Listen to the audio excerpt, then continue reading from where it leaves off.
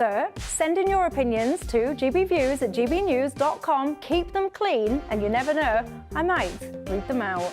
With my panel here on Jubes & Co, we debate, we get stuck into the issues of the day on a show where all views are welcome, especially yours. GB News, the People's Channel, Britain's news channel. Have a great Saturday night with me, Leo Curse, on the Saturday Night Showdown. It's a crazy world out there, so come and make fun of it with me, my panel of comedians, and a couple of people who actually know what they're talking about. The Saturday Night Showdown is your front row ticket to the clown show every Saturday, only on GB News, the People's Channel, Britain's news channel.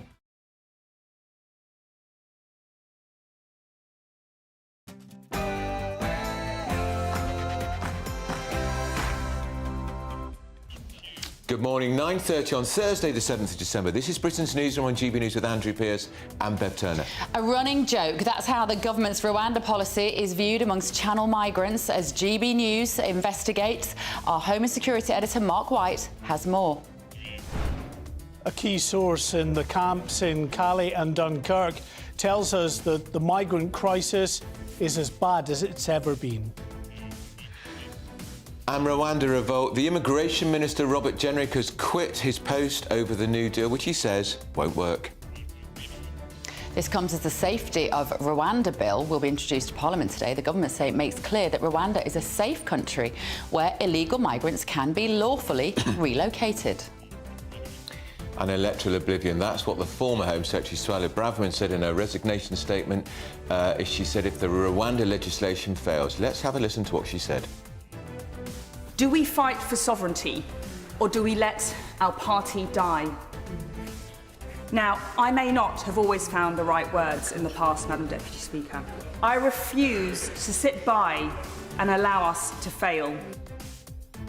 And Boris Johnson's showdown part 2. The former PM takes centre stage at the COVID inquiry at 10 o'clock this morning. Yesterday, he apologised for the pain, the loss and the suffering, and he even fought back tears at one point. Take a look. We have to be realistic about 2020, the whole year, that whole tragic year.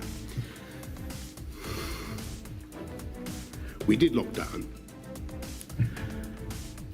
but then it bounced back after we'd unlocked.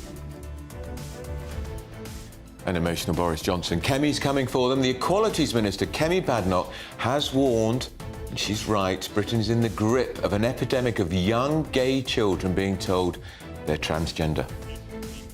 Seeing, I would say, almost an epidemic of young gay children being told that they are trans and being put on a medical pathway for irreversible decisions, and they are regretting it. That is what I'm doing for young LGBT children. I am making sure that young people do not find themselves sterilized because they are being exploited by people who do not understand what these issues are.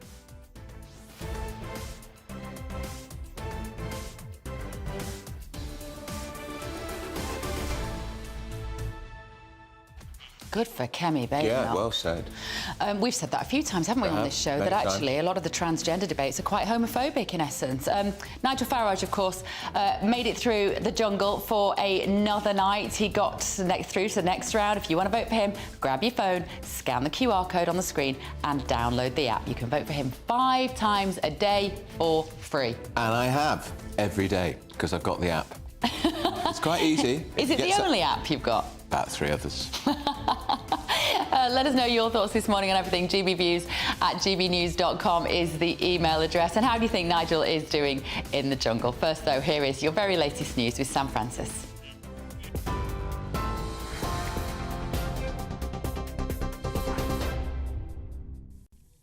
Bev, thank you very much. Good morning. It's at 9:34. The headlines this hour. The Prime Minister is battling to unite his party as divisions have emerged over the emergency Rwanda policy. Immigration Minister Robert Jenrick resigned last night, saying he had strong disagreements with the government's approach to tackling migration. He says the draft bill does not go far enough and it won't stop the boats. Rishi Sunak says in response that he's disappointed and it was based on a fundamental misunderstanding of the situation. Northern Ireland Secretary Chris Heaton-Harris told us that Jenrick drew the wrong conclusion. Well, I actually think it's a great shame that Robert has chosen to resign, because he was in the process of delivering the toughest illegal migration policies that this country has ever seen. We have got a complete package of legislation that Robert has been helping to design over the course of time. And he was an excellent minister, and I'm really sad he's gone. Boris Johnson will face a second day of questioning at the COVID inquiry today, following his 5-hour hearing yesterday. The former Prime Minister is returning to the hearing, having been booed off by crowds of bereaved families yesterday. The former Prime Minister admitted he should have twigged much sooner about the virus in the early days of the pandemic, and he apologised for the pain and the loss of victims. Hundreds of campaigners have blocked access to a number of defence factories in the latest demonstrations against arms being sent to Israel. The group... The UK is complicit! Stop harming Israel! Stop harming Israel! The group, called Workers for a Free Palestine, say they've shut down access to 4 sites in Glasgow, Bournemouth, Lancashire and Brighton. The factories produce components for the F-35 fighter jet currently being used by the Israeli military. It comes as Israel says it's on a mission to kill the leader of Hamas. Troops are understood to have surrounded his home in Khan Yunis. The Metropolitan Police are calling on Just Stop Oil campaigners to reach out to them, as it reveals that policing the activists has cost nearly £20 million. The force says that the group has refused to engage with police since its first protests in October of last year.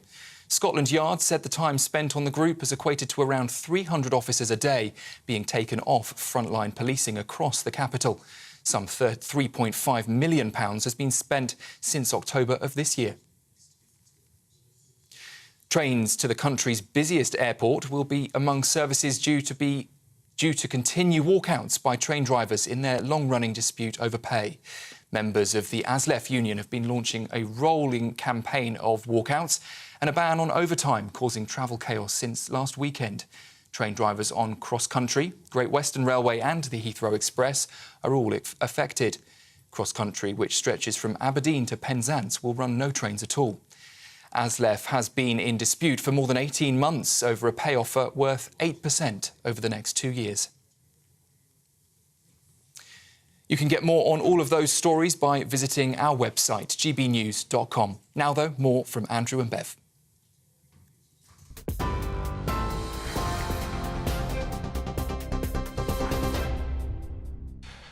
Very good morning. It's 9:37. Thank you for joining us on Britain's Newsroom this morning. Now, Andrew, did you see the clip?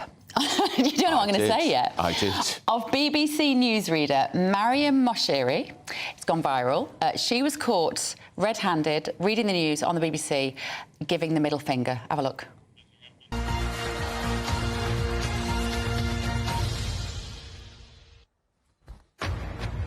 Live from London, this is BBC. And you see, that is contempt.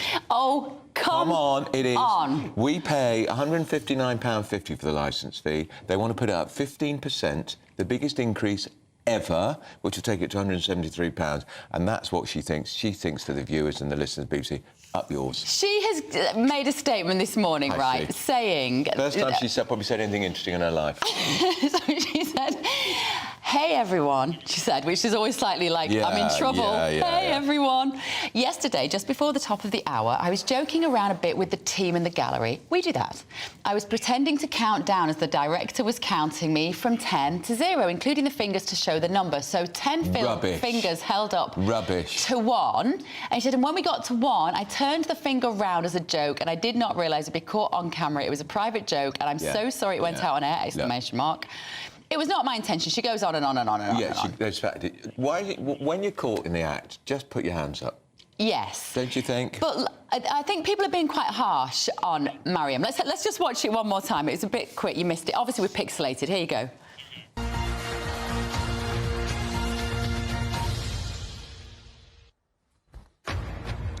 Live from London. Very long time, actually.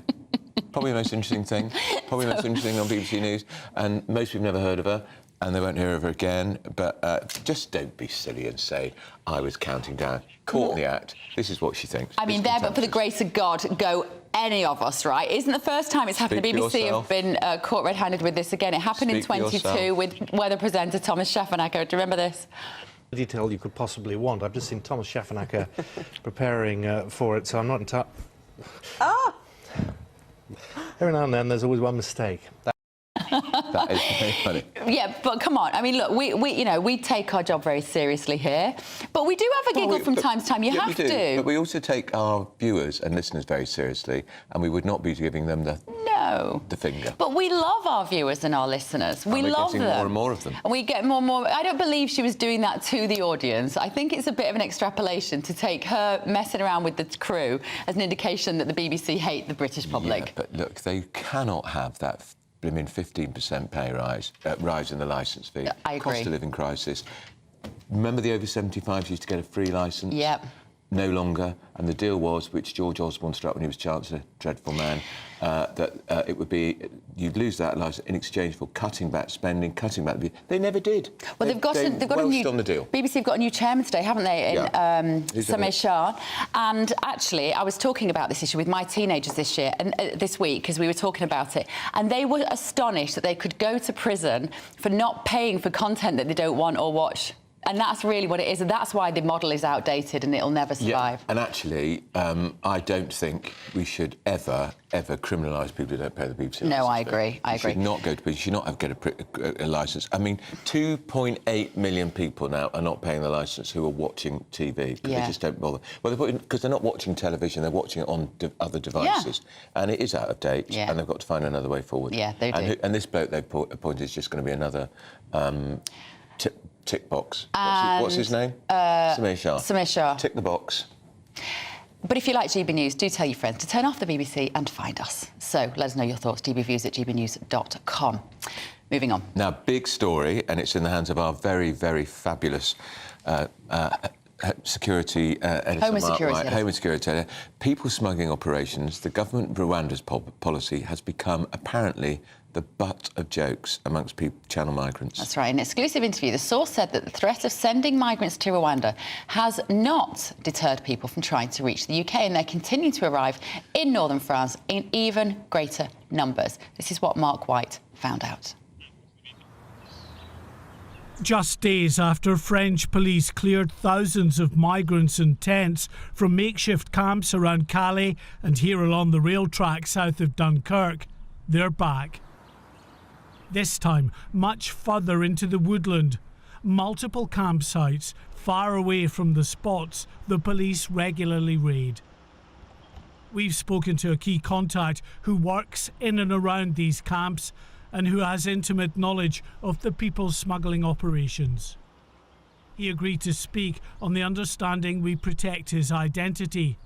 There are, he says, more people waiting to cross to the UK, both here and at locations further inland, than at any time since the small boat crisis began.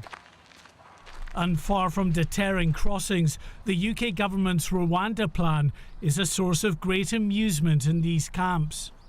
Mention Rwanda and the people here in the camps just laugh. It's become a butt of a joke. The threat hasn't put them off, because no one here thinks for a second they're heading back to Rwanda if they make it to the UK. And he's adamant the reason the number crossing in small boats is a bit lower than last year is down to the people smugglers themselves. Controlling the flow of small boat launches drives up the prices, and the gangs have become much more sophisticated in knowing when to launch. They've now linked into the Met Office data on weather patterns and tidal flows. If there's a weather window of a few hours, they know that. And he says they've even adopted the organised crime group's drug smuggling methodology, where criminals will tip off authorities about one drugs mule to ensure others on the same route get through. They'll send 10 boats out, leak the location of 1 or 2. The French police sees them and everyone's happy. They tell the Brits to stop in the boats on these beaches. Meanwhile, a bulk of those are getting through. Near Dunkirk, we filmed as this group of migrants boarded a bus to accommodation provided by the regional government further inland. But these migrants will be back as soon as they get the nod from the smugglers that it's their turn to board a small boat. And you just need to head to the rail station in Calais for evidence of more migrant arrivals. Police on the platforms can do little to stop them. This group of young men tell me they're from Afghanistan, just off the train from Belgium. They plan to camp around Calais as they wait for their turn on a small boat. Regional politician Philippe Emery is adamant the migrant crisis is worse now than it's ever been, and the regular police raids are simply theatre. It's only a policy of appearance. 2, 3, 4 months we clear the place and the migrants are coming back again. For me it's worse than ever. And just like the migrants here, he's completely dismissive of the British government's Rwanda scheme. I think Rwanda is a joke. It's a joke? Only a joke. Only a joke. With the winter weather, the frequency of launches from these beaches is reducing. But the numbers in the camps will continue to swell until the next set of police raids, part of the never-ending cycle of UK-bound migrants flowing through northern France. And you will keep trying to get to London? London, yes. I go to London. Tomorrow, we report on the other route to the UK as thousands of mainly African men who can't afford the price of a place on a boat risk their lives trying to clamber aboard lorries. Mark White, GB News, Calais. Extraordinary. Mark White is with us now. Mark, that package is brilliant. The government keeps saying that the crossings are down by a third, though. Are they right? They are right in numbers terms. It's down by about a third on where we were at this point last year. But speaking to our source in the camps there, he says that the reason is that the people smugglers themselves are controlling the flow of migrants onto these boats, because then they create more demand, then they can bump up the prices. There's a combination of that, and we've had really pretty appalling weather over the last year. What he says is it is absolutely not down to government policy. So nothing to do with Rwanda? No, not no at all. deterrent effect, yeah. To be fair, when it was first announced a year and more than a year and a half ago by Boris Johnson, they were really quite concerned, and they were talking, you know, about what would this mean.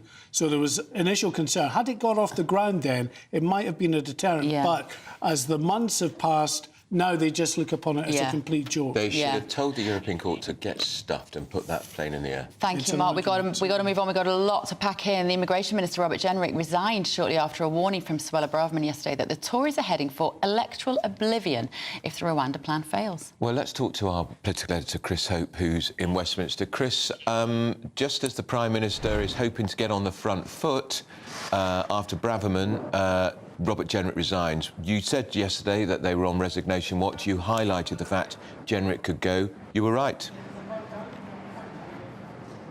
Yes, well, I want to be right for GB News viewers and for both you and Andrew, Bev. And right now, the PM's just been meeting his top team for a meeting on what to do next. He's got to find an immigration minister. That's the first thing.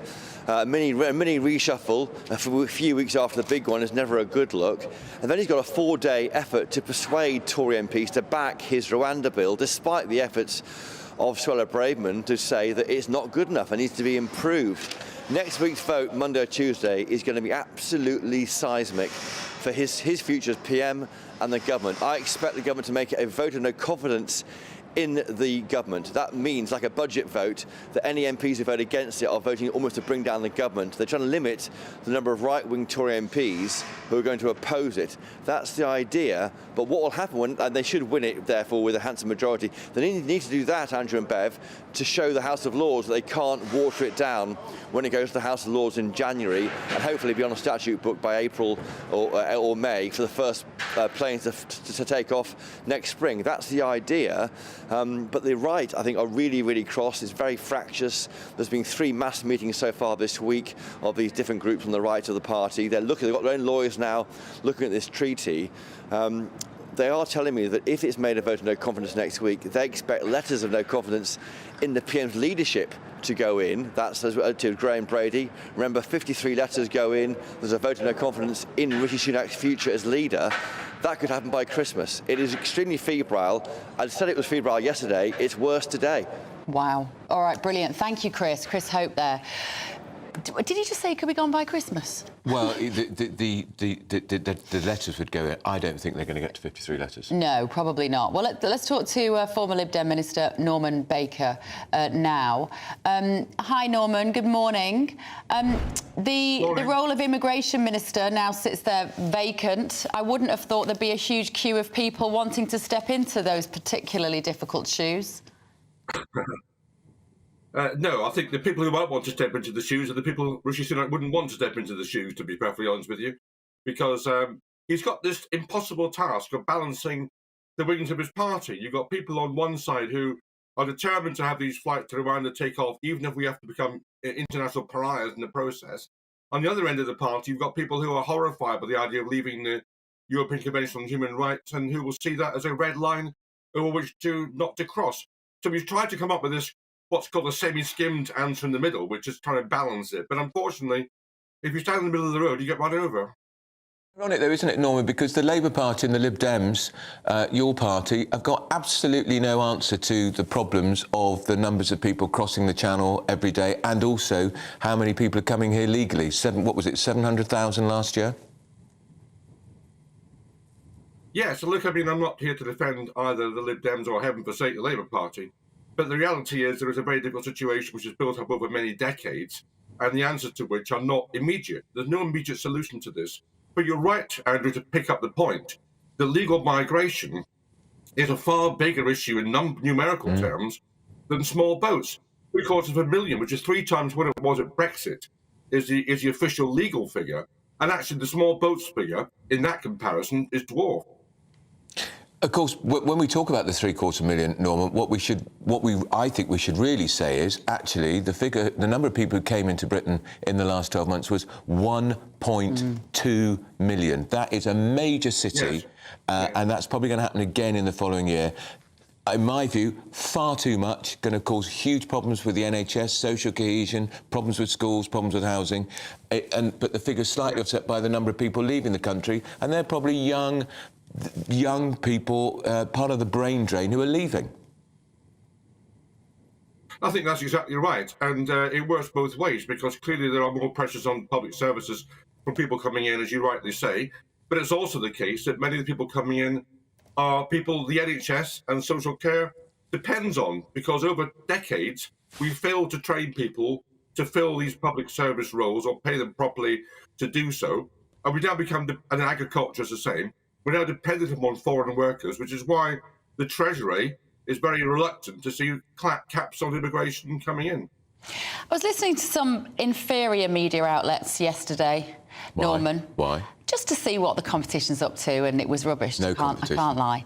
But they were debating, Norman, about whether the British public even really care about immigration, and whether, you know, the politicians are all wrapped up in this, but actually the British public are more worried about the cost of living and getting an appointment with their GP, and actually that maybe the British public want more immigration so that we have more nurses and more doctors. What's your assessment of that situation? My assessment is there is probably 10% of the population who are extremely concerned about the levels of migration into this country, particularly in areas where there's a concentration of workers. I mean, there was a couple of places in Essex where effectively the population had been minimised when a huge number of Poles, as in the EU days, had come into those particular areas. So that's a concern for those. But I think generally it's just a case that people do look at their energy bills, they do look at the cost of living, they are worried about the NHS not being able to cope properly. And those issues probably, in every election, as Andrew, you'll know, the NHS and the economy are probably 1 and 2 at every election. OK, interesting. Thank you, Norman. Norman Baker there. Former Lib Dem minister in the coalition. I think people, particularly watching this programme, listening to this programme, are hugely concerned about the number of people crossing. And they see the people crossing Channel and think this government has got no power. Yeah. They've lost control. Let us know what you think. Any minute now, the former Prime Minister will be at the COVID inquiry. Don't go anywhere. A brighter outlook with Box Solar, sponsors of weather on GB News.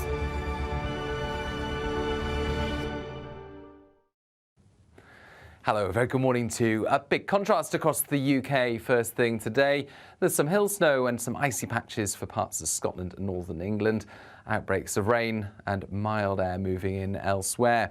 It's particularly wet for Northern Ireland, parts of Wales and southwest England through the morning, but there are outbreaks of rain just about anywhere. And any hill snow in the north, well, that quickly turns back to rain as the milder air spreads across the country. Although it's not going to feel mild with the wind and the rain and temperatures of just 5 to 7 Celsius in the north and the east. Meanwhile, we're looking at 11 to 13 towards the southwest and some brighter skies by the end of the day for Northern Ireland. But the rain is going to build up over some of these western hills and even across central and eastern parts as well, where we've had so much rain recently. Could be some issues through the day because of this additional wet weather. Any rain does sweep through, followed by showers by the end of the night, and it's going to be a much milder night across the board with the wind, the rain and the extra cloud in the sky. We start off Friday with blustery showers across Scotland, Western England, Wales and Northern Ireland, some longer spells of wet weather as well, particularly for Wales and the southwest. Driest towards the east, some sunshine coming through for East Anglia and the southeast, likewise for the far north of Scotland. But all in all, it is a blustery day with showers moving through on a gusty wind. And temperatures back to around average in the north, a bit above average in the south. That warm feeling inside from Boxed Boilers, sponsors of weather on GB News. Thanks, Aidan. We're going to be talking about what Harry Redknapp is up to this morning, and also Boris Johnson is at the COVID inquiry. We aren't going to take the whole thing, don't panic. Also a bad day for the BBC. Another bad day for the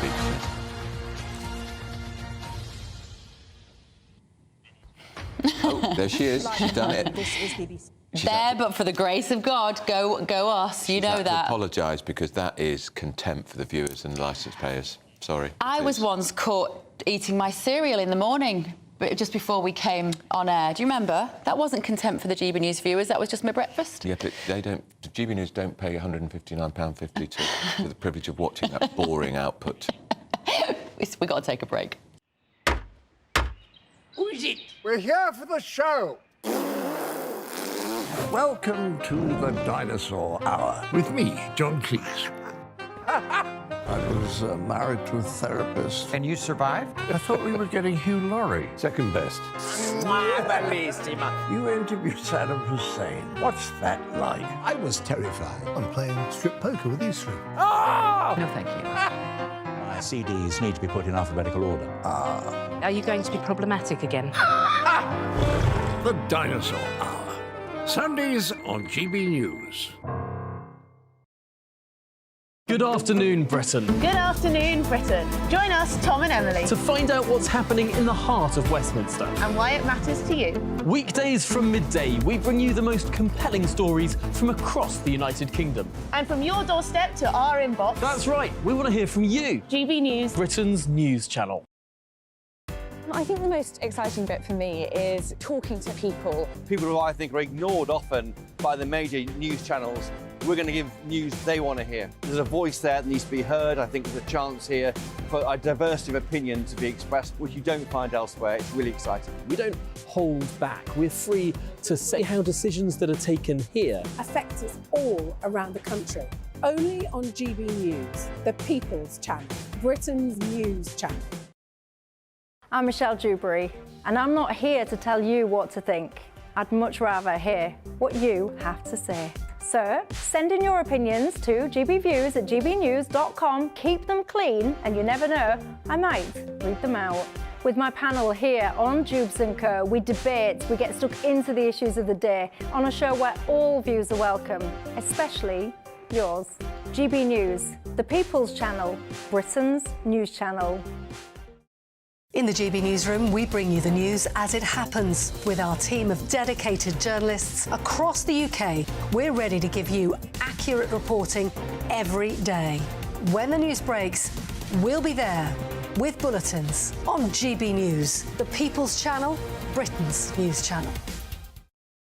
Your weekend starts here with Friday Night Live with me, Mark Dolan, 8 till 9 on GB News. Big stories, big guests and big laughs as we get you ready for a cracking weekend. That's Friday Night Live with Mark Dolan. Fridays 8 till 9 on GB News. Bring your own drinks. The admission's free. GB News, unlike other broadcasters, isn't obsessed with the London-Westminster bubble. We think there's a nation beyond the M25, and that's why we talk about the issues that matter across the land. Join me on State of the Nation, 8 to 9 o'clock, Monday to Thursday, on GB News. Daisy's listening, and you should too.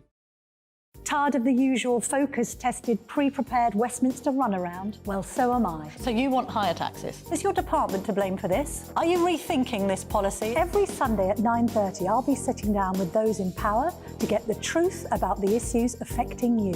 Let's be honest, we've known about the cost pressures of this project for years, not months. That's the Camilla Tominey Show, a politics show with personality. On GB News, the People's Channel, Britain's news channel.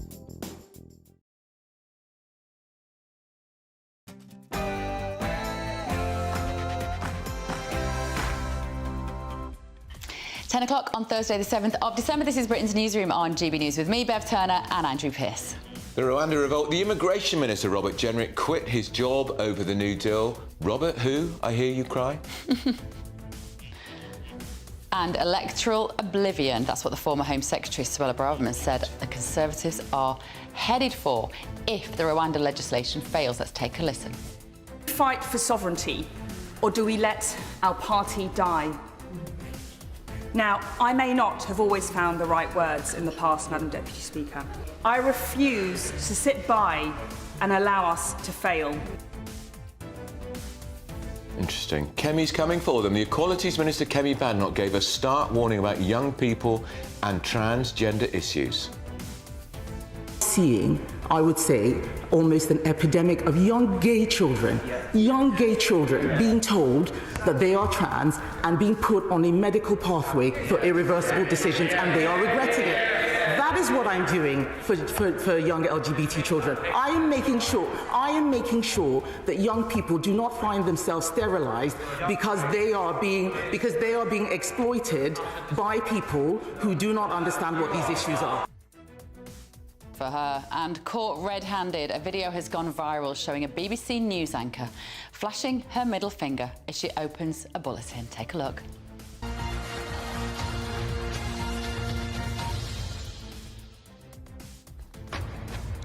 Live from London, this is BBC. Charming, eh? Charming. That's what the BBC think about the licence payers, and they're trying to get a 15% increase in the licence, don't forget. And Boris Johnson's showdown part 2. The former PM takes centre stage at the COVID inquiry any minute now. Our political correspondent Olivia Utley has the very latest. Boris Johnson headed into this building at 10 to 7 this morning, a full 3 hours before the inquiry was due to start in order to avoid the protesters. It's set to be a very, very difficult day indeed for the former Prime Minister, with questions centring on Partygate and the UK's second lockdown.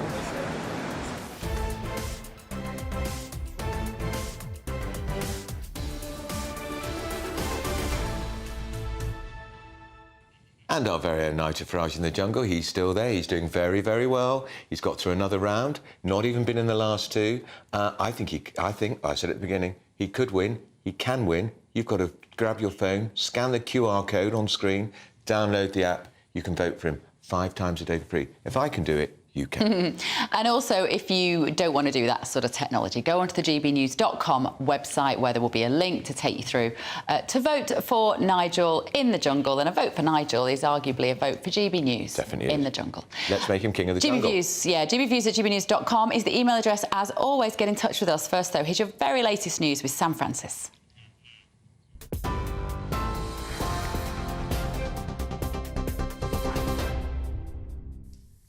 Bev, Andrew, thank you very much. Good morning. It's 3 minutes now past 10. Our top story this hour is that the Prime Minister is battling to unite his party, which is divided over the government's Rwanda policy.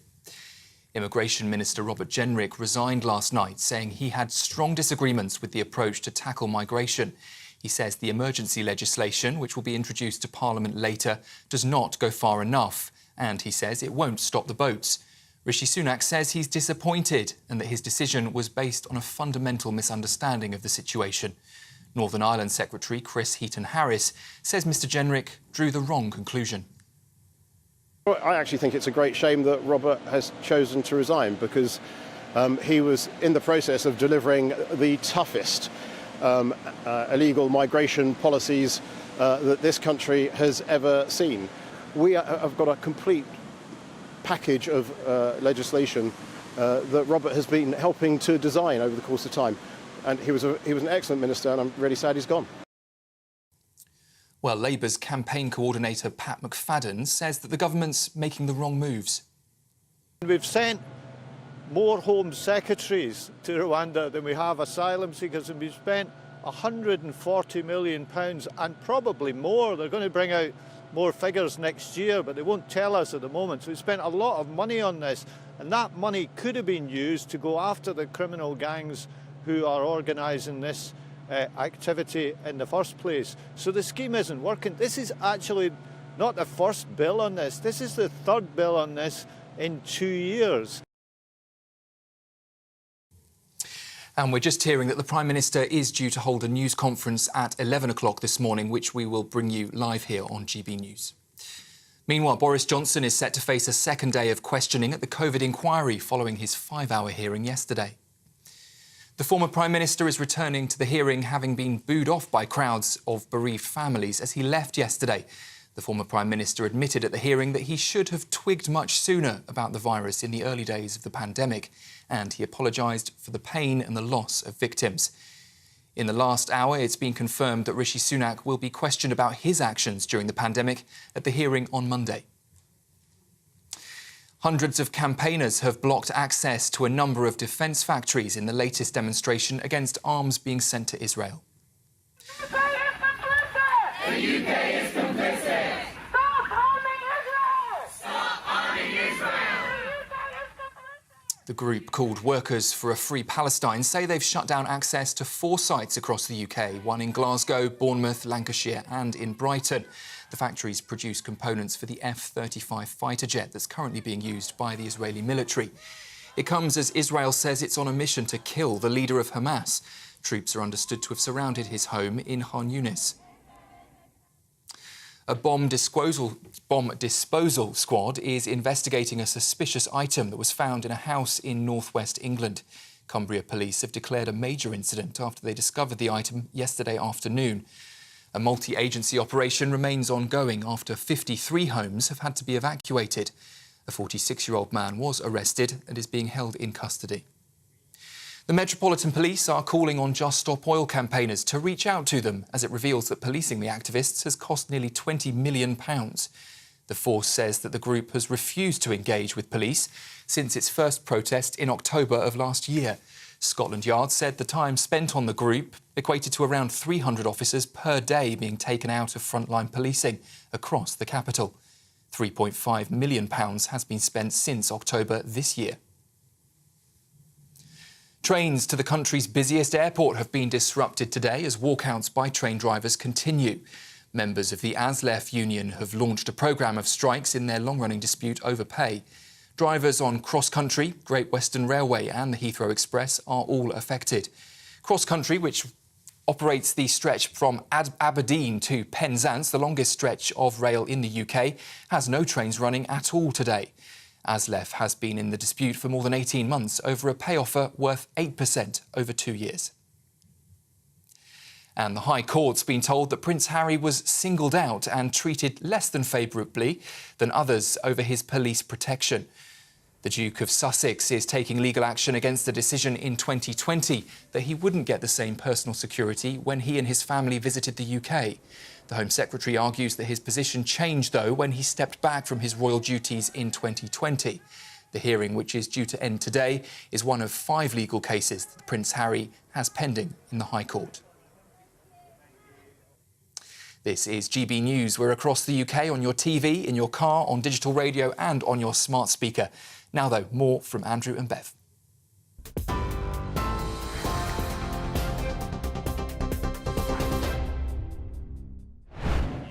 Thank you, Sam. So we're going to get a press conference a little later from the Prime Minister. Presumably, he's got to try and stamp his authority on the party, the government, after the immigration minister resigned, Robert Jenrick, Robert who, most people are saying.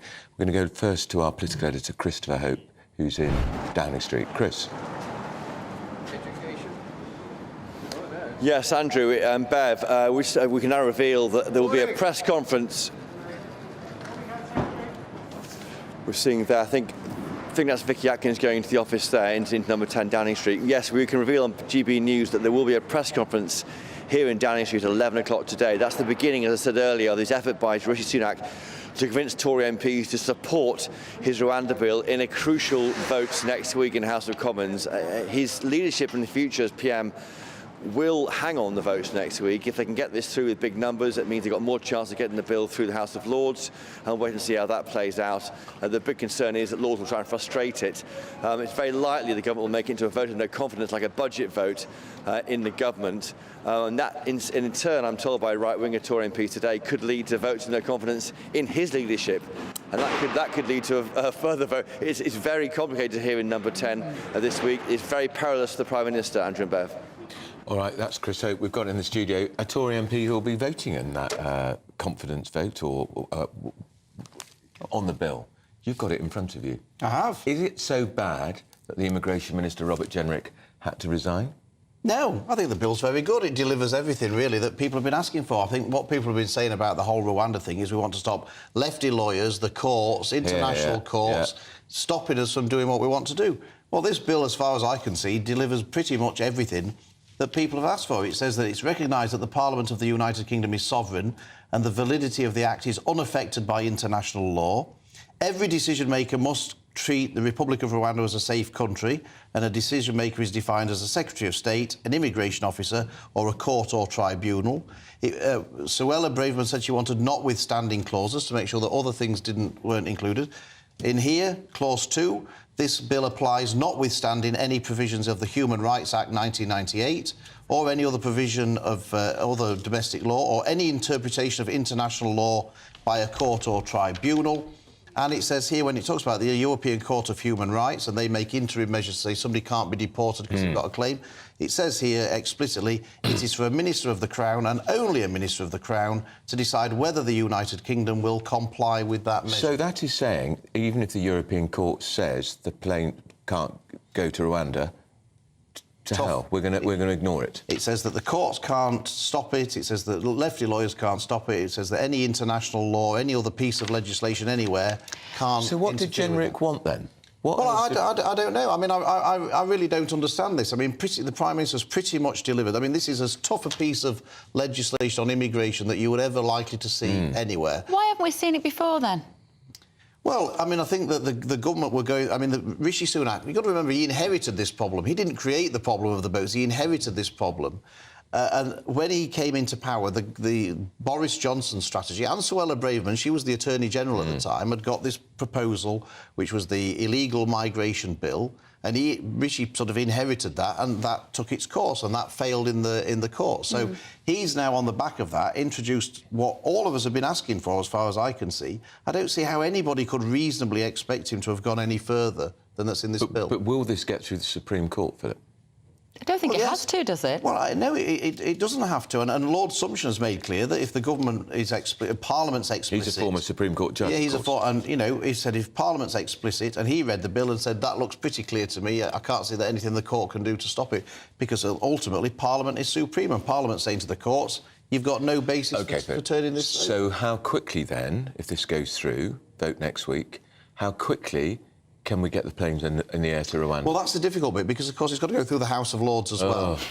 And, of course, the government doesn't have a majority in the House of Lords. So that's... I mean, there's nothing that the government can do about the fact. And this wasn't in the manifesto, so you can't use the Parliament Act, which curtails debate. Well, you could use the Parliament Act, but you can't use the Parliament Act until the next session of Parliament, and then it's too late. So what the Prime Minister is saying, quite rightly, and he came before the 1922 committee last night, and he was fantastic, to be perfectly honest, and what he's saying is that we've all got to get behind this. We've got to pass this with as big a majority as possible. So, in effect, we say to the unelected House of Lords, please do not dare stand in the way of what the elected House wants and what clearly the British people want. I'm still baffled as to if he can do this now, why has this not been done before? And I think, if I've understood correctly, Phil, is that he's tried to go through the legal process as one might expect a sort of democracy to adhere to.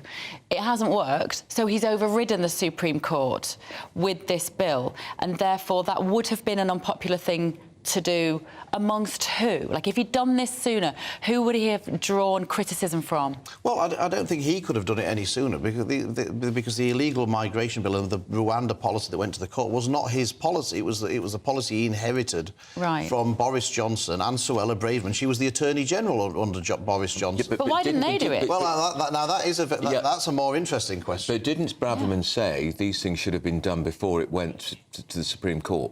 Some of this stuff should have been done. And, yes, it should. But did Rishi block it? Well, obviously, I don't know any internal discussions, but all I do know is that that path was started under Boris Johnson when Suella was the Attorney General. Now, I don't know what advice Suella Braverman gave to Boris Johnson, obviously, either, because the Attorney General's advice is secret. But it does beg the question that Bev posed, which I think is a reasonable one, which is why did the Conservative government earlier not do something as draconian as this? Someone saying earlier in the programme, we've forgotten who it was, maybe 10% really care about this issue. I think it's much higher. It is much Norman higher. Baker, and it certainly Norman Baker, yeah, much higher. And I agree, it's much higher than that, and it certainly is amongst people who voted Conservative in 2019. It's much higher than that. We've got to get this sorted out. There is no path to the Conservative Party winning an election without sorting out both legal and illegal immigration. But the fact of the matter is that my colleagues mustn't be so self-indulgent.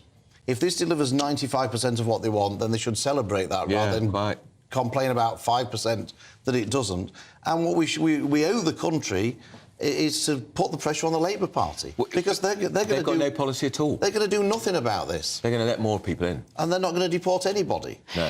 So Rishi Sunak's doing a press conference at 11. So do we presume that's going to be about this? I would imagine so. It'd be extraordinary if it wasn't. Yeah. I'm pretty sure it's about this and to explain what he's doing and why he's doing it and why this is the most robust piece of legislation on immigration that we've ever seen in this country. Robert Jenrick's resignation is like a small earthquake in Peru. Nobody dead, frankly. It's made no impact, particularly, has it? Most people say, Robert who? He wasn't even in the cabinet. Well, he attended cabinet. I mean, look, it's disappointing because we should all be united behind this. This is delivering really what Conservatives have been asking for, and it would be much better if we were actually all united behind this and taking the fight to Labour and saying, look, you're going to do nothing about deporting anybody, rather than debating all these things amongst ourselves. Why would we squabble amongst ourselves when we've got to sort this out and prevent the disaster of a Labour government who would literally deport nobody if they got their way? Well, he's on leadership manoeuvres, isn't he? Another one.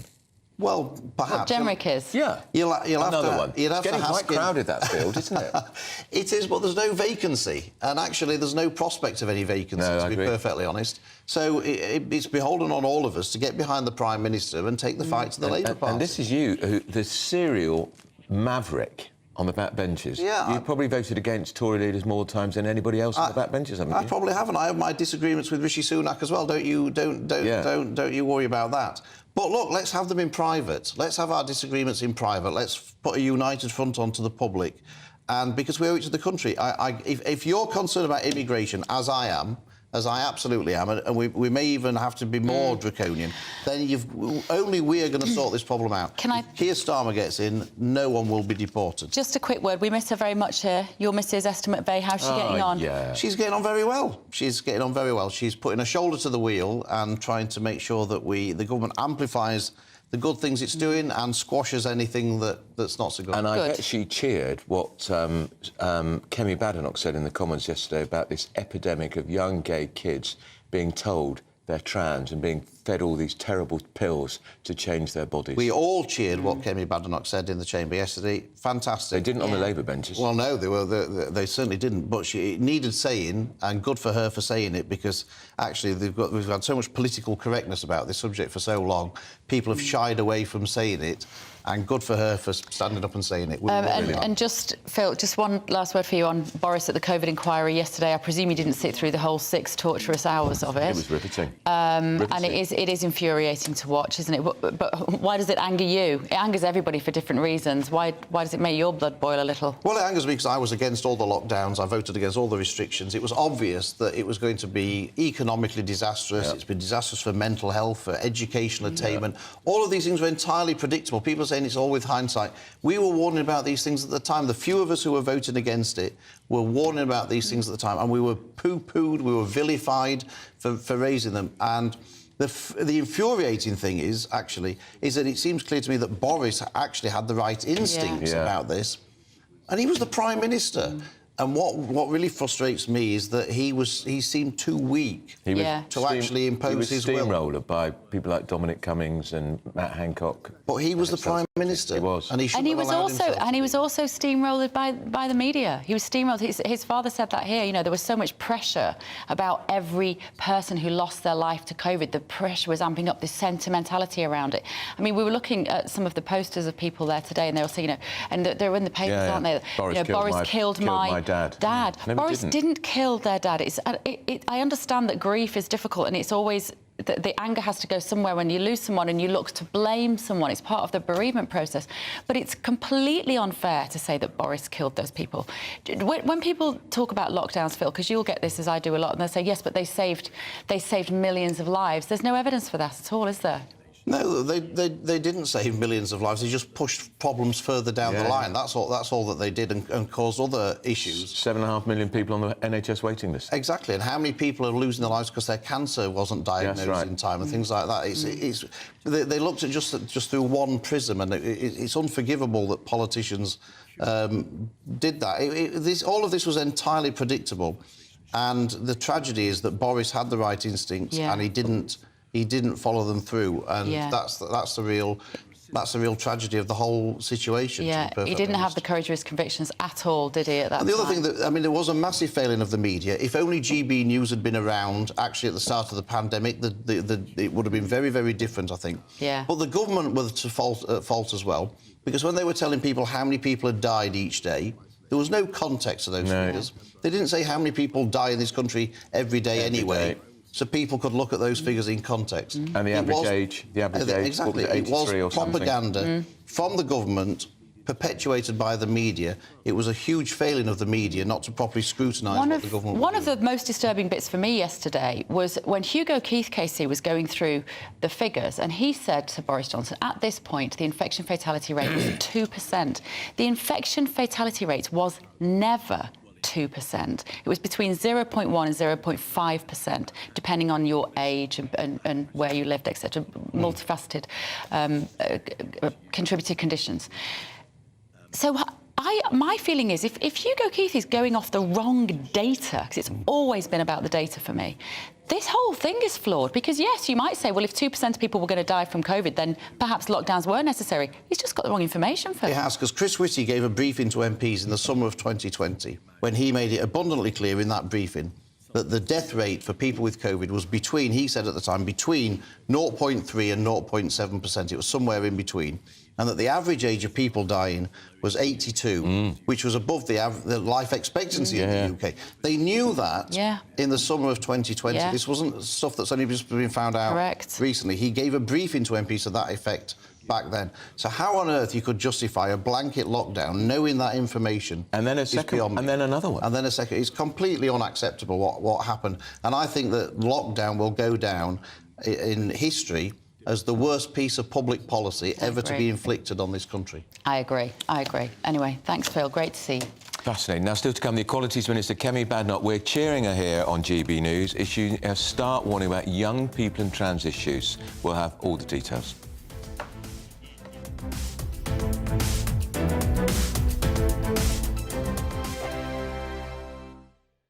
Wake up to the headlines with Headliners every morning at 5 a.m. We treat you to the day's biggest stories before anyone else, 7 days a week. You can catch up on everything you need to know before you've even had your kippers. Headliners every morning at 5 a.m, only on GB News, the People's Channel, Britain's news channel. I'm Andrew Doyle. Join me at 7 o'clock every Sunday night for Free Speech Nation, the show where I tackle the week's biggest stories in politics and current affairs with the help of my 2 comedian panellists and a variety of special guests. Free Speech Nation, Sunday nights from 7 on GB News, the People's Channel, Britain's news channel. Big news, big debate, big opinion.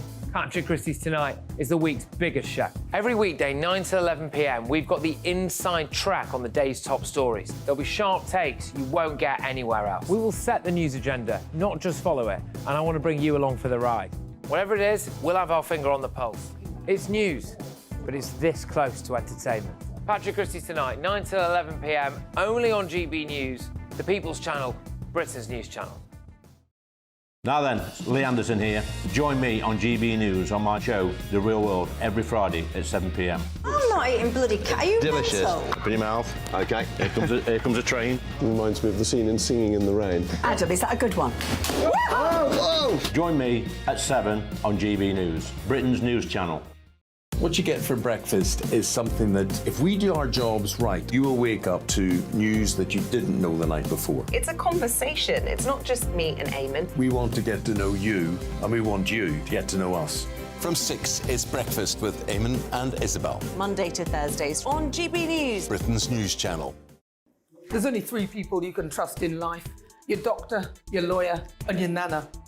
I'm not sure. So join me, Nana Aquare, at 3 p.m. every Saturday and Sunday, where we discuss the biggest topics of the weekend. Be ready for battle. Could you be quiet? What is this? It's my new It's teeth. your new Yes, I teeth. know. I don't bite. Well, not without a good reason. Always honest, always fun. Every weekend at 3 p.m. on GB News, the People's Channel, Britain's news channel. Every Sunday from 11, join Michael Portillo. There'll be topical discussion, looking at the week before and the week to come. So kick back and relax at 11 a.m. on Sundays on GB News with me, Michael Portillo. GB News, the People's Channel, Britain's news channel. I'm Michelle Dewberry, and I'm not here to tell you what to think. I'd much rather hear what you have to say. So send in your opinions to gbviews@gbnews.com. Keep them clean, and you never know, I might read them out. With my panel here on Jubes & Co, we debate, we get stuck into the issues of the day on a show where all views are welcome, especially yours. GB News, the People's Channel, Britain's news channel. Have a great Saturday night with me, Leo Curse, on this Saturday Night Showdown. It's a crazy world out there, so come and make fun of it with me, my panel of comedians, and a couple of people who actually know what they're talking about. This Saturday Night Showdown is your front row ticket to the clown show, every Saturday, only on GB News, the People's Channel, Britain's news channel.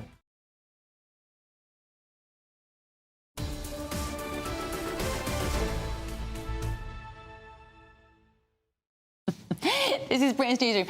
Andrew's just eating his croissant. You can finish it. You must what? You've got some at the side of your mouth here. Just sorry, we came to us a little bit quickly there. But there was no middle finger because we're not the BBC. No, if you don't know what we're talking about, this is it's gone viral. A BBC news presenter who put one finger up to just the team she was talking to, and everyone like him. Contempt for licence players, my view. You've been getting in touch at home. John has said, if this legislation, this is the immigration bill, leaves any opportunity for human rights lawyers to bring individual migrant cases to court, they will take advantage of it. And John, not only will they take advantage of it, they will take advantage of it with your hard-earned taxes, because these people are on legal aid. It is the biggest con going. We had that punch-up yesterday with the human rights. He defended himself very well. He did. But they are part of the problem, and that's why the plane never took off. And Jonathan said, you've just shown migrants, that was in Mark White's package, mainly young men in Europe living in the open air under salvage sheets, yet the European governments constantly say we aren't treating migrants fairly, so the heated accommodation on MOD sites and posh hotels, together with healthcare and schooling, etc., isn't as good as what the Europeans are doing. And Peter says, the BBC presenter says it was a joke putting up the middle finger, but she wasn't smiling. Well, no, she wasn't smiling at that point. She realised she'd just been caught live. in the act. Says the man who's just eating a croissant on live TV. Eat all of it. Nigel said the director is taking responsibility for that. Nigel said, no matter how you frame it, it is a total lack of professionalism. Yeah. Is he not talking about you and your croissant? But I am not surprised. One day we will be licence-free. Well, it won't happen under this government. And remember Nadine Dorries when she was Culture Secretary? she quit over Boris being forced out. She froze the licence for 2 years, and what did the BBC do? They then demand a 9% increase in the licence fee, which is an outrage. And remember, until very recently, till 2020, if you were over 75, you got it free. So you should, because you paid into this wretched organisation for decades. And it's living on borrowed time, because if you ask my teenagers, you've got to pay this or you go to prison, they say, well, I don't watch it, I don't want to watch it, then, you know, it's not going to last long, is it? Right. And there are people, Bev, currently in prison who didn't pay the TV licence. Predominantly women. Outrageous. Yeah. Right, joining us now from outside the COVID inquiry is our political correspondent, Olivia Utley. Good morning, Olivia. Is there still a big crowd out there this morning? When I drove in this morning, there was a huge crowd, placards on both sides, many anti-lockdown, anti-vaccine mandates, and some pro-lockdown, very, very united in anti-Boris sentiment. Well, absolutely. I think that's a good way of summing it up. There is a small crowd of mainly pro-lockdown, very anti-Boris protesters behind me. They didn't actually get here in time to see Boris come in. As with yesterday, the former Prime Minister arrived 3 hours before the start of the COVID inquiry at 10 to 7 and really legged it from his car into the building, so no one managed to talk to him at all. He is in for a big grilling today. It looks like it's going to be tougher for him even than it was yesterday. The focus of today's questions are going to be on Partygate. We've probably all heard enough about that to last us most of a lifetime, but we will hear more today. Boris Johnson will have to wriggle his way out of that. And on the second UK lockdown, which Boris Johnson is going to struggle with as well. Some of the arguments that he used for why he implemented the first lockdown at the moment he did was that he didn't know, that he didn't understand the gravity of the pandemic at the beginning, and nor did the scientists. In effect. That argument is more difficult to make for the second lockdown, when the virus surged again in the autumn of 2020. So it is set to be a really difficult day for the former Prime Minister. And as you said in your introduction there, Bev, it feels as though he will be attacked on both sides, from those who feel like the detriments of lockdown weren't weighed up against the benefits, and those who feel as though lockdown didn't come soon enough and wasn't strict enough. OK, thank you very much, Olivia. We're seeing the live footage there from the inquiry. If you think about this in context, so the Prime Minister's giving evidence, finishes today, we've then got another 3 years. Who's going to care? Me. After the Prime Minister, he's the most important person, and we won't get to the bottom of what caused COVID, why we had the lockdown, what about why there was no... I suppose when Rishi gives evidence next week.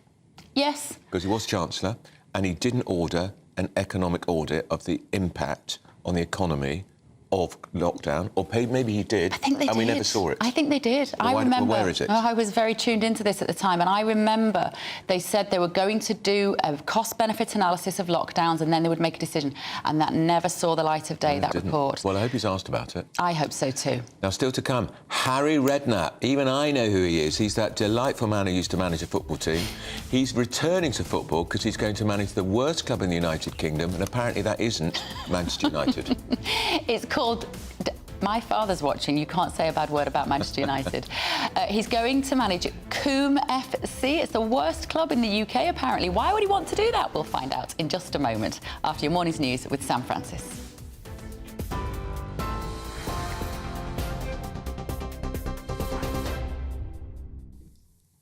Bev, Andrew, thank you very much. It's just gone 10:32. The headlines this hour. The Prime Minister is due to hold a news conference in the next half hour as he battles to unite the party over the Rwanda policy. We will, of course, bring you that live here on GB News. Immigration Minister Robert Jenrick resigned yesterday, saying he was strongly in disagreement with the approach to tackle migration. He says the emergency legislation, which will be introduced to Parliament later, doesn't go far enough, and he says it won't stop the boats. Boris Johnson has told the COVID inquiry he's not confident that there's enough evidence to support the claim that Eat Out to Help Out, the scheme that he introduced during the pandemic, led to a rise in cases. The former Prime Minister's giving evidence for the second day after being booed by crowds of bereaved families as he left last night. The inquiry has confirmed that Rishi Sunak will appear at the hearing on Monday. The UK is complicit! Stop harming Israel! Stop harming Israel! Hundreds of campaigners have blocked access to a number of defence factories in the latest demonstrations against arms being sent to Israel. The group, called Workers for a Free Palestine, say they've shut down access to 4 sites, one in Glasgow, one in Bournemouth, Lancashire and in Brighton. The factories produce components for the F-35 fighter jet that's currently being used by the Israeli military. The Metropolitan Police is calling on Just Stop Oil campaigners to reach out to them after revealing it's cost £20 million to police the activists. The force says the group has refused to engage since its first protest in October of last year. Scotland Yard have said that the time spent on the group equated to around 300 officers a day being taken out of frontline policing across the capital. Trains to the country's busiest airport, have been disrupted today as walkouts by train drivers continue in their long-running dispute over pay. Drivers on Cross Country, Great Western Railway and the Heathrow Express are all affected. Cross Country, which stretches from Aberdeen down to Penzance, will run no trains at all today. And you can get more on all of those stories by visiting our website, gbnews.com.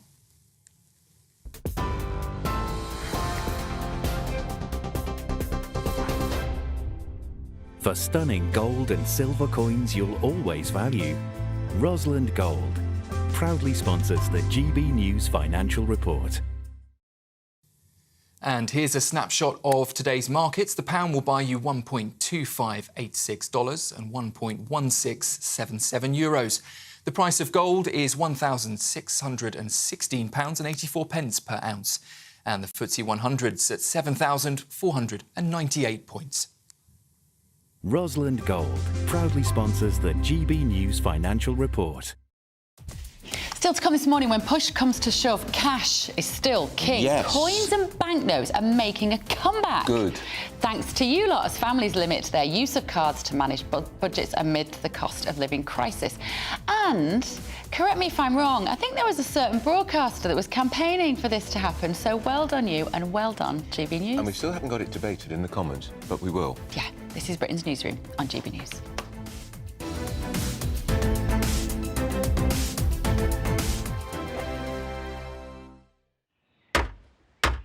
Who is it? We're here for the show. Welcome to the Dinosaur Hour with me, John Cleese. I was married to a therapist. And you survived? I thought we were getting Hugh Laurie. Second best. You interviewed Saddam Hussein. What's that like? I was terrified. I'm playing strip poker with you three. Ah! No, thank you. My CDs need to be put in alphabetical order. Are you going to be problematic again? The Dinosaur Hour. Sundays on GB News. Good afternoon, Britain. Good afternoon, Britain. Join us, Tom and Emily, To find out what's happening in the heart of Westminster. and why it matters to you. Weekdays from midday, we bring you the most compelling stories from across the United Kingdom. And from your doorstep to our inbox, That's right, we want to hear from you, GB News. Britain's news channel. I think the most exciting bit for me is talking to people. People who I think are ignored often by the major news channels. We're going to give news they want to hear. There's a voice there that needs to be heard. I think there's a chance here for a diversity of opinion to be expressed, which you don't find elsewhere. It's really exciting. We don't hold back. We're free to say how decisions that are taken here affect us all around the country. Only on GB News, the People's Channel, Britain's news channel. I'm Michelle Dewberry, and I'm not here to tell you what to think. I'd much rather hear what you have to say. So send in your opinions to gbviews@gbnews.com. Keep them clean, and you never know, I might read them out. With my panel here on Jubes & Co, we debate, we get stuck into the issues of the day on a show where all views are welcome, especially yours. GB News, the People's Channel, Britain's news channel. In the GB Newsroom, we bring you the news as it happens. With our team of dedicated journalists across the UK, we're ready to give you accurate reporting every day. When the news breaks, we'll be there with bulletins on GB News, the People's Channel, Britain's news channel. Your weekend starts here with Friday Night Live with me, Mark Dolan, 8 till 9 on GB News. Big stories, big guests and big laughs as we get you ready for a cracking weekend.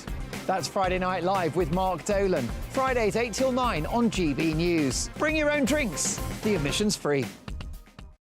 GB News, unlike other broadcasters, isn't obsessed with the London-Westminster bubble. We think there's a nation beyond the M25, and that's why we talk about the issues that matter across the land. Join me on State of the Nation, 8 to 9 o'clock, Monday to Thursday, on GB News. Daisy's listening, and you should too.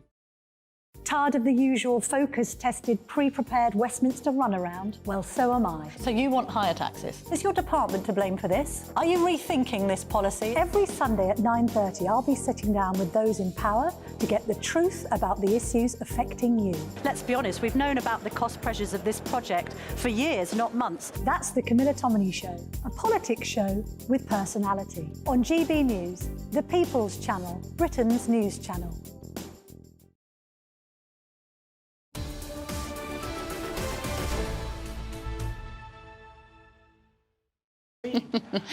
It's 10:40. You could almost certainly hear Carol Malone talking in the corner because that's what she does. That's what she does. Carol Malone, That's who we right. love. Carol is writer, here. broadcaster, and she's here with former Labour Advisor Scarlett Maguire. And if you two don't disagree, I'll be amazed. Right. Everything. Shall we start? What do you want to start with, Carol? Oh, we're gonna look at Omid Scobie's new book, Endgame. Yeah. How well is that doing, Malone? I thought we were doing Rishi, but anyway. We will It do sold Rishi. just under 6,500 copies in Britain during Even its your first book sold 5 better than days that, on Malone. scale, My book despite a blizzard of publicity, and has plunged to 215 on the Amazon bestsellers list. That's right. This is just for context, some books that have vastly outsold Endgame this Christmas, making it into the top 100, include A Marvel Spider-Man Search and Find colouring book. that was released last year, an air fryer Well, you'd have bought cookbook. that. Oh, I won't have a bad word said about air fryers. Whatever they are. And The Dinosaur That Pooped a Reindeer, which is a festive lift the flap adventure. So Omid Scobie not taking the publishing world by storm at the moment, Scarlett. What a surprise. Why would anybody buy it? Yeah. I mean, it appears, not that I have read it, but it appears that everything that's in it we already know. Yeah, quite. And whether it's true or not is another matter. So for a start, to buy it, you have to be on the Sussexes side, which I think in Britain is very few people. But it's already been You're there. probably on the Sussexes side. I'm on nobody's side. I think that they're entitled rubbish. And frankly, if I was their PR advisor, I'd say, shut up and actually do something. Carol, it does show, doesn't it, that if this book is meant to be a bit of a popularity, it's a good test of how popular the Sussexes are. And all three of them, in fact. I mean, you know, the story, sadly for Scobie, became about him in the end. It became about his credibility, which he doesn't have any. And it became about what happened in Holland and him saying he hadn't sent this book with the names. A lie. Well, we know that him or his agent sent that book up. Yeah. But he shamefully tried to blame the poor translator. Yeah. He was one of the best in Holland. He tried to blame the publishers. So people have judged the whole thing on him. And you know, as Scarlett's just said, there's nothing new in this book. It's just a rehash of it. And funny enough, everything that's in the book is all Meghan's pet peeves, all the things that really annoy her, which is funny, isn't it? But, you know, this is a judgment of him. And it's interesting, some of the books you read out, what it's beaten also now, some of the books, it's the one called Things to Do While You Poo on the Loo. It's beating the Beano Annual, which I'm surprised at because the Beano Annual is really good. Yeah. Diary of a Wimpy Kid and a Stick Man, which is fun. This is exactly what he deserves. I didn't know you could still buy a Beano Annual. I'd love it for Christmas. Well, that's what I think. Well, that's what you might get, Pierce, because it's cheap. I might get you that. Very good, very good. Do they still do the Beano Annual? They still do. But see, As a kid, today, every year that was a great treat. Well, it was, but did your kids, when they were little, Bev, know what the Beano was? Well, my mum had kept ours from the 70s and the 80s. We've still got those, the original ones. Desperate Dan. Which are horribly on PC. They are even more hilarious. reason to read There them. was one called Ooh Willie. Do you remember that? Yeah. Which was Scottish, as a little boy. It was like the Scottish equivalent of Just William, which I loved. Yeah. But I don't think kids get them anymore. No, it's it's plummeting, isn't it, that book? Were you a Beano and Dandy fan?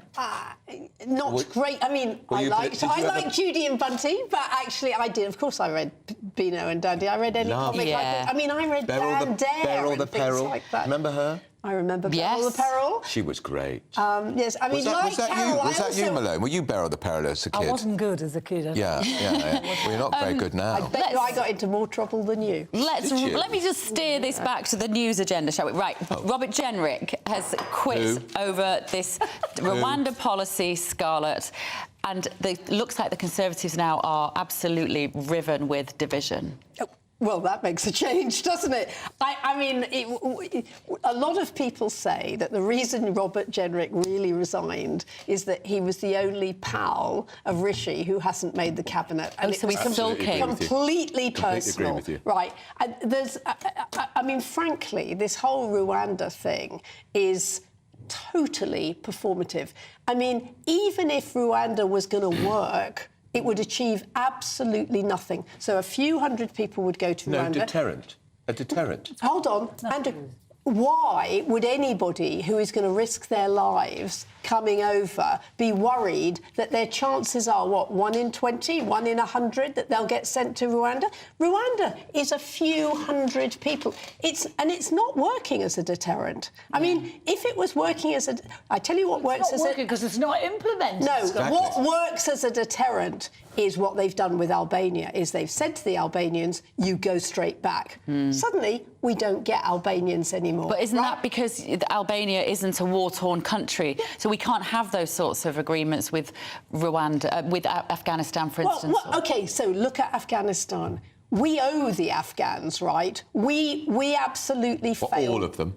A lot of them. We failed a lot of Afghans. The Daily Mail campaigned for over a year to get Afghans allowed to come here. The translators? Right. And lots of them. And, I mean, you know, when I was in Afghanistan, right, it was terrible. I mean, all these Afghans who would come into the British Embassy compound, they'd be risking their lives, they'd have to think... and we left them there, and that's what It was a disgrace. It was a disgrace. The fall of Kabul, the way we handled it was appalling. And how long it, frankly, Andrew, took your newspaper to persuade the government to let Afghans in, by which time it was too late. So, actually, there is a real problem about why aren't we taking Afghans when we went in there and made promises to them. It's easy to talk about Afghans. What about why have we got Indians coming across the channel? India. Is there a war in India? India, which has got developing a space programme? We've kind of got off the subject. We're talking about Jenrick. I mean, no, you're right. That is true. But the thing, I think the Jenrick thing, I'm quite torn on this because I see what he's doing. He knows it's not going to work. He knows it's not going to stop the boats. And he, like all politicians, is self-interested. So he's resigned because he's going to get blamed when it doesn't work, that's for sure.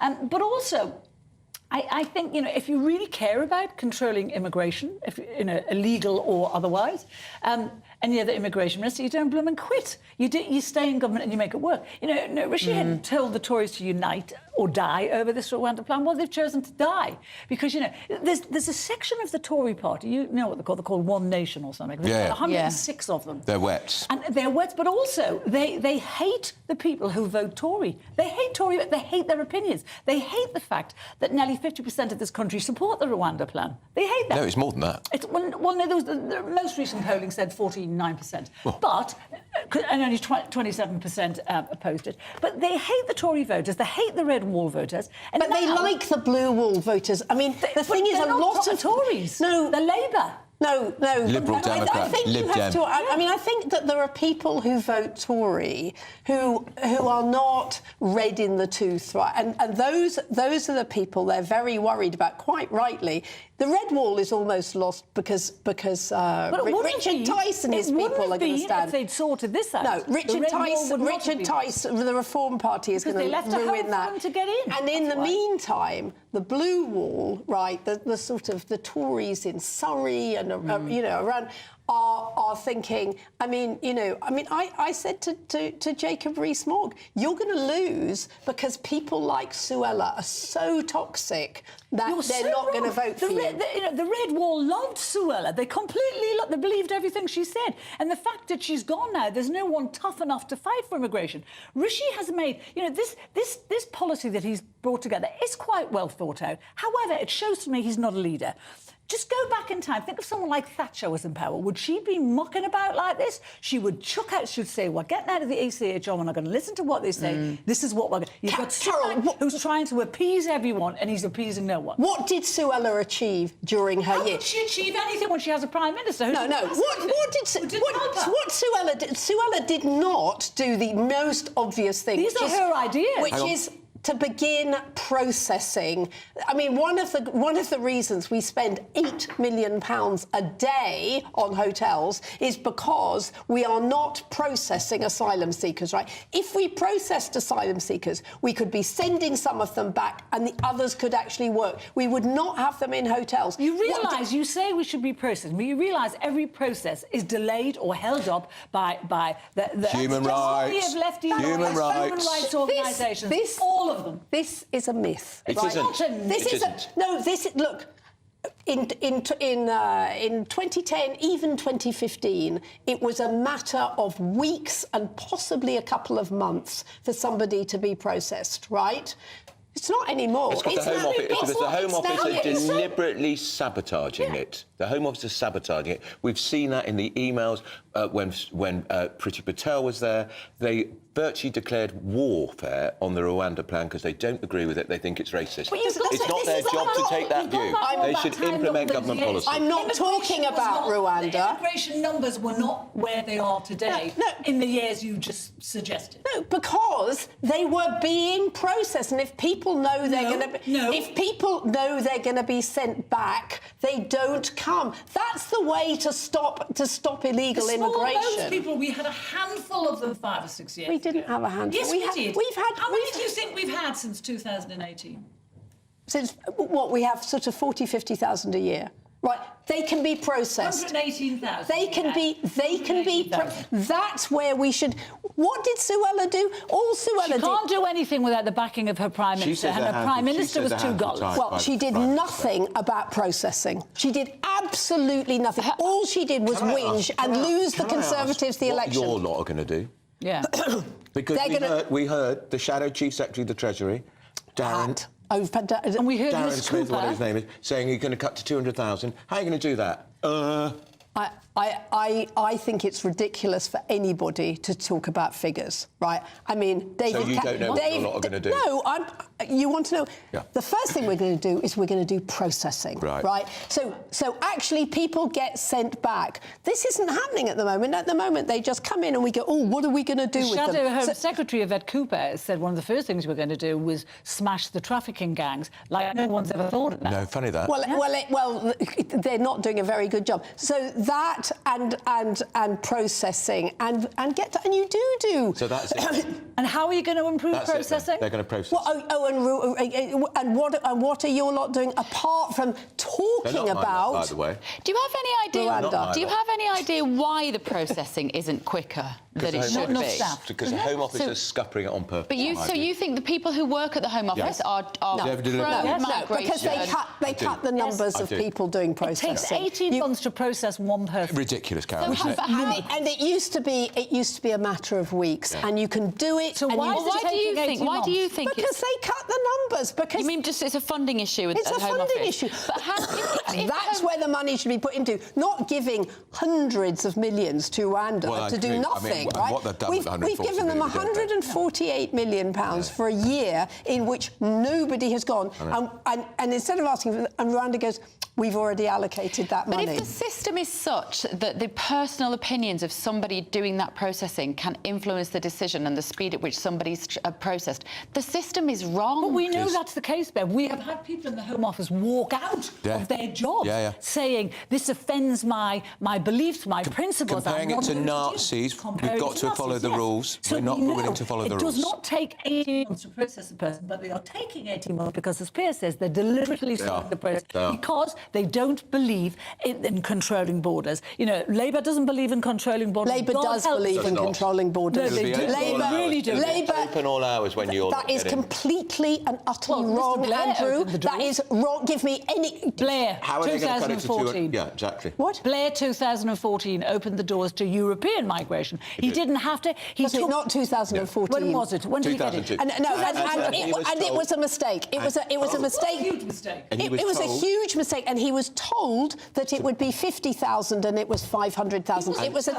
He wasn't... He was, Carol. Hang on. He was told. Advised to bring in a limit like there's been in other countries in Europe, and he ignored it because he wanted to flood this country with migrants. He did not. He wanted them to vote Labour. Every other European country. Andrew, you are wrong. No, you are, as usual. No, Andrew, you are wrong. Tony Blair made a mistake. Yeah, he thought it would be 50,000 and it was 500,000. He admits that we should have been like the other Europeans and stopped the Bulgarians and the Romanians. How amazingly naive of him to think that Britain is not such an attractive country. It wasn't a mistake. So 500,000 people were going to want to come. It was a mistake. It was not. It was deliberate. Right, well, we barely scratched the surface of our topics, ladies. We have many, many more to get through today. But in the next few minutes, the Prime Minister will... quite likes me, actually. The Prime Minister will deliver a press conference from Downing Street in light of the ongoing chaos that's there. That's there, not even here. We got our own chaos and we're going to be hanging on every Britain's word. Newsroom. Every word. On GB News. Don't go anywhere. A brighter outlook with Box Solar, sponsors of weather on GB News. Hello, welcome to your latest GB News weather update from the Met Office. It's going to be a very wet day for much of the UK. There are rain warnings in force, but it is starting to feel a little bit milder. That's because our winds are changing to a south-southwesterly, and that milder Atlantic air is going to be spreading across the UK throughout the day. So after a chilly start in eastern areas, it will quickly cloud over and the rain will arrive. We've got very heavy bursts, particularly across the west, with rain warnings in force for parts of Northern Ireland, southwest England, southwest Wales, the Midlands, southwest Scotland, as well as eastern Scotland. The rain will likely last well into this evening, bringing water on the roads, potentially some localised flooding as well.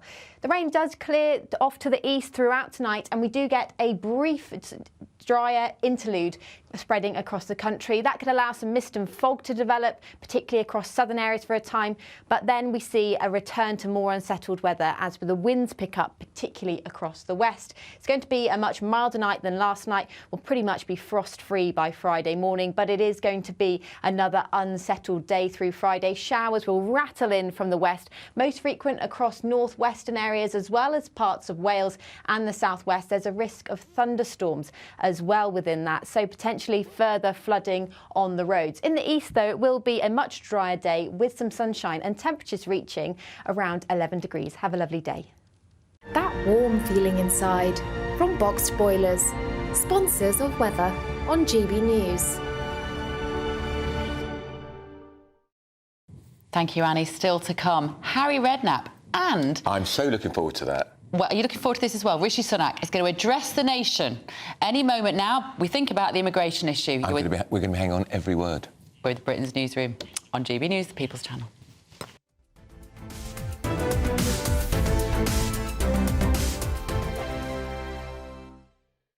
Wake up to the headlines with Headliners every morning at 5 a.m.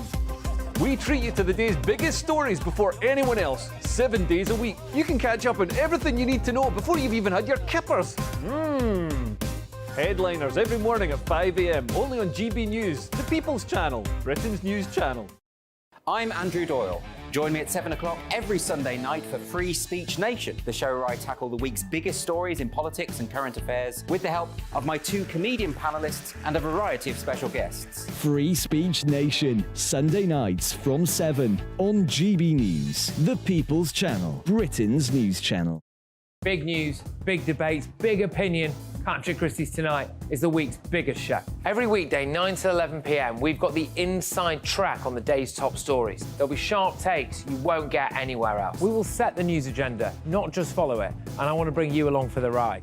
Whatever it is, we'll have our finger on the pulse.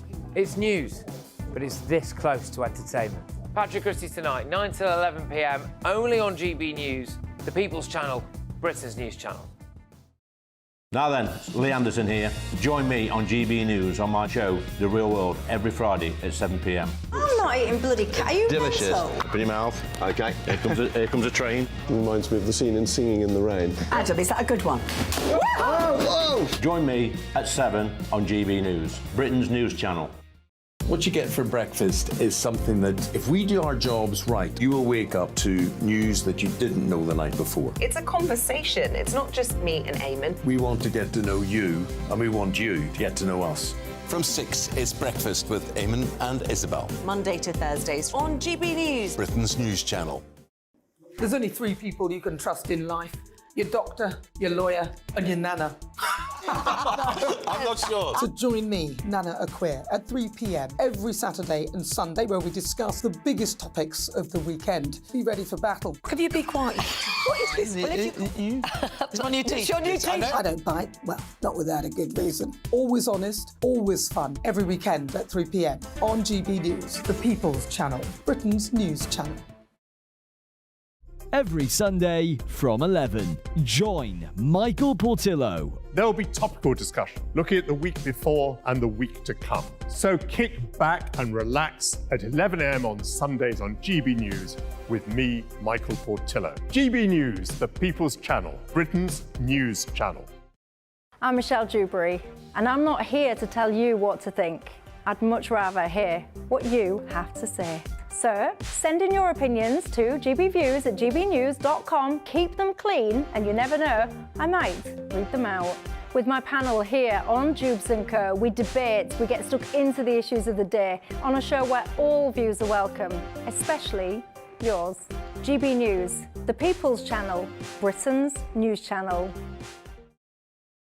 Have a great Saturday night with me, Leo Curse, on the Saturday Night Showdown. It's a crazy world out there, so come and make fun of it with me, my panel of comedians, and a couple of people who actually know what they're talking about. This Saturday Night Showdown is your front row ticket to the clown show every Saturday, only on GB News, the People's Channel, Britain's news channel.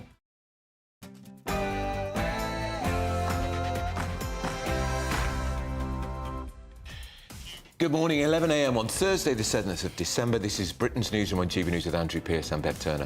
Any minute now, the Prime Minister will hold a press conference live from Downing Street amid migration, anger and a fractious party. Rwanda revolt. The Immigration Minister, Robert Jenrick, quit over the New Deal. Robert who, do you say? Quite. Let's go live to the Prime Minister in Downing Street. He's ready for us now. Any minute now. Well, if you think he is. He's powdering his nose, apparently. He's obviously going to talk about Robert Jenrick's resignation. Here he is. I understand why some people take the risk of getting into unsafe dinghies to cross open waters. It's because the United Kingdom is an incredible country. It offers opportunity, hope and safety. But the difference is, my family came here legally. Like most immigrants, they integrated into local communities, worked hard to provide for their family, built lives and businesses, found friends and neighbours, and most of all, they were really proud to become British. That feeling of pride, it cascades down the generations and grows, and that's why you see so many children of immigrants sitting around the cabinet table. But it's not a given. Illegal immigration undermines not just our border controls, it undermines the very sense of fairness that is so central to our national character. We play by the rules. We put in our fair share. We wait our turn. Now, if some people can just cut all of that out, you've not just lost control of your borders, you've fatally undermined the very fairness upon which trust in our system is based. That's why this legislation is so necessary, to deliver an effective deterrent to those who wish to come here illegally, to restore people's trust that the system is fair, and ultimately to stop the boats. And so our bill today fundamentally addresses the Supreme Court's concerns over the safety of Rwanda. I did not agree with that judgment, but I respect it. That is why we have spent the last 3 weeks working tirelessly to respond to their concerns and to guarantee Rwanda's safety in a new, legally binding international treaty. The Supreme Court were clear that they were making a judgment about Rwanda at a specific moment 18 months ago, and that the problems could be remedied. Today, we are confirming that they have been, and that unequivocally, Rwanda is a safe country. And today's bill also ends the merry-go-round of legal challenges that have blocked our policy for far too long. We simply cannot have a situation where our ability to control our borders and stop people taking perilous journeys across the Channel is held up in endless litigation in our courts. So this bill gives Parliament the chance to put Rwanda's safety beyond question in the eyes of this country's law. Parliament is sovereign. It should be able to make decisions that cannot be undone in the courts. And it was never the intention of international human rights laws to stop a sovereign parliament removing illegal migrants to a country that is considered safe in both parliamentary statute and international law. So the bill does include what are known as notwithstanding clauses. These mean that our domestic courts will no longer be able to use any domestic or international law, including the Human Rights Act, to stop us removing illegal migrants. Let me just go through the ways that individual illegal migrants try and stay. Claiming asylum, that's now blocked. Abuse of our modern slavery rules, blocked. The idea that Rwanda isn't safe, blocked. The risk of being sent to some other country, blocked. And spurious human rights claims, you'd better believe that we've blocked those too, because we're completely disapplying all the relevant sections of the Human Rights Act. And not only have we blocked all of these ways that illegal migrants will try and stay, we've also blocked their ability to try and stay by bringing a judicial review on any of those grounds. That means that this bill blocks every single reason that has ever been used to prevent flights to Rwanda from taking off.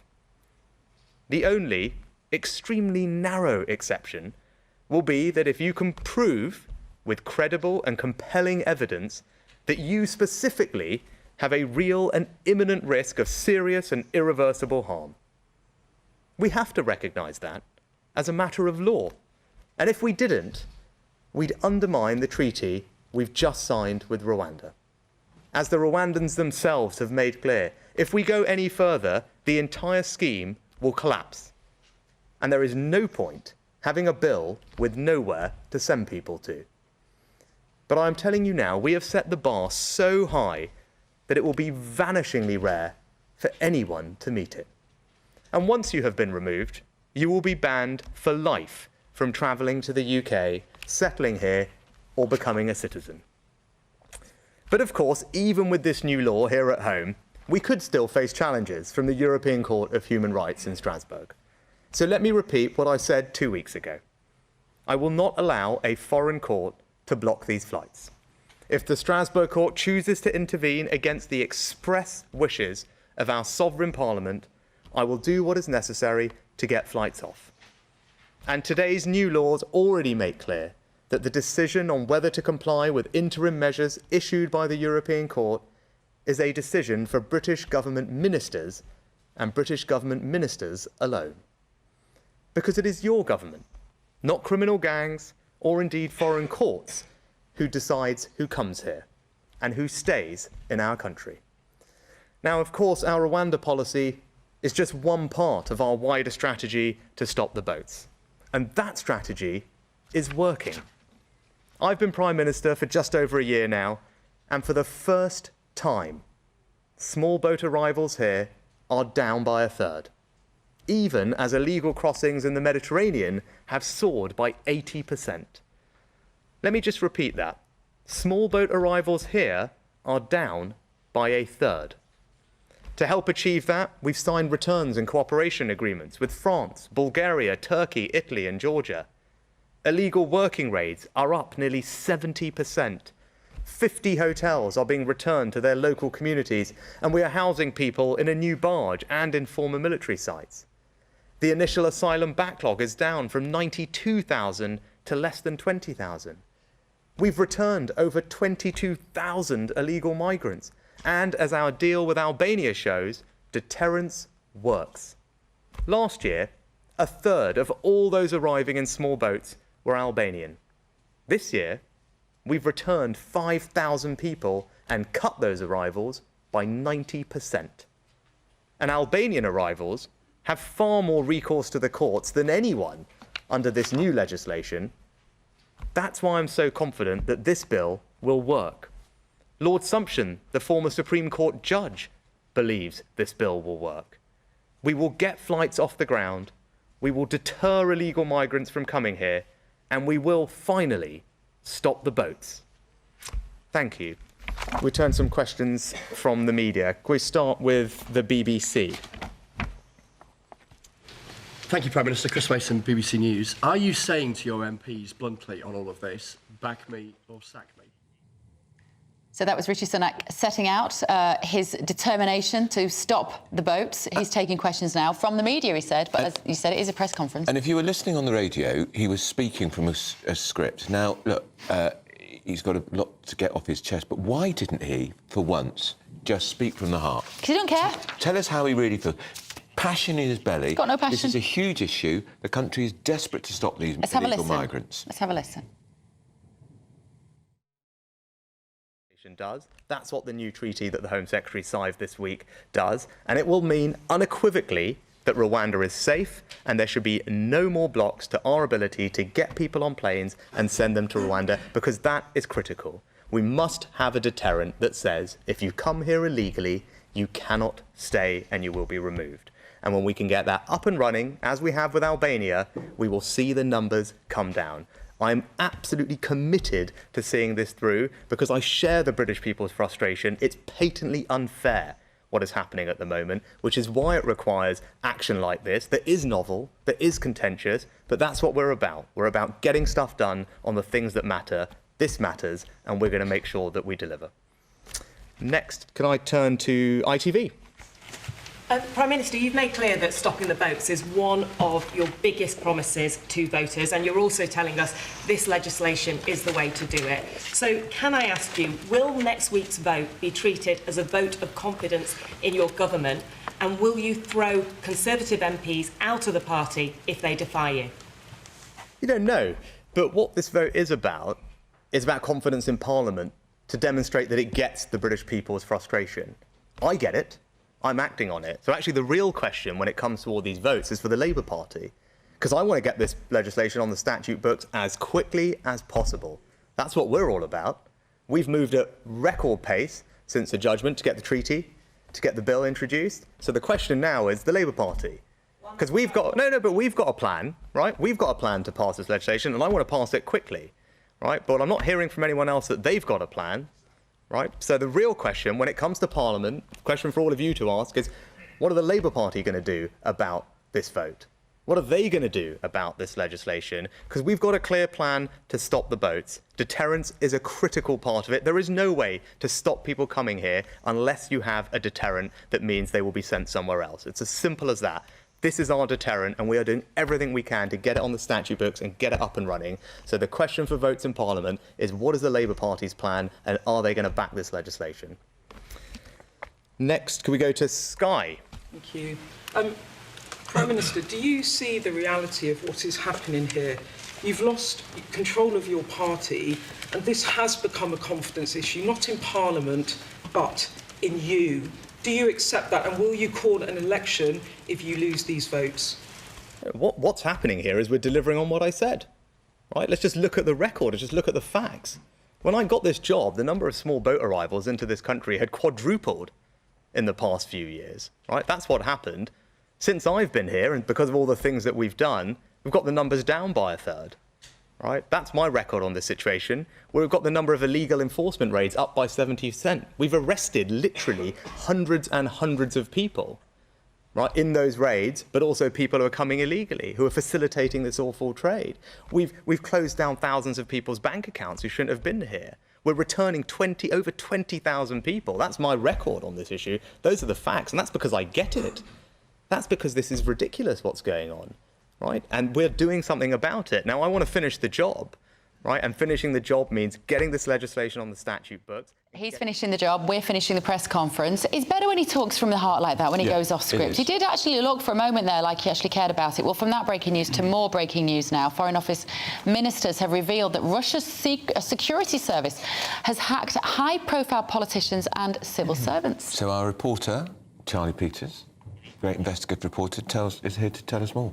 So we know this morning now, ministers have confirmed that Russia led a sustained hacking operation against high-profile politicians, civil servants and journalists in what ministers have described as an attack on British democracy, a sustained effort by the Russian Federal Security Bureau, which is the sort of successor to the KGB in Moscow. In the details of this attack, they're pretty limited at this stage, but we do know that private correspondence was acquired from politicians and indeed from those working around British democracy, including members of think tanks linked to the British state. In one example, named by Minister Leo Doherty this morning, a group called Star Blizzard, a state-aligned group, so it's allied to the Russian state but not technically a part of it, had acquired private correspondence from a think tank. That was named this morning, and it comes on the back of a wider concern about cyber attacks in the United Kingdom. Earlier this week, Deputy Prime Minister Oliver Dowden urged Britons to be analogue in a digital age. He warned at the National Cyber Security Centre that we needed to get first aid kits, torches and candles as risks of cyber attacks and power cuts due to critical national infrastructure. Let's have a listen to what Oliver Dowden said, Charlie. Let's be clear what's being targeted here. The critical services that government delivers, our public finances, our roads and railways, our schools, our health service, our armed forces, even the heart of central government itself. And of all the vaults that cyber criminals are desperate to crack into, this one contains some of the greatest rewards. And that's why we see so many attempts to breach our digital defences. Last year, 40% of the attacks addressed by the National Cyber Security Centre were against the public sector.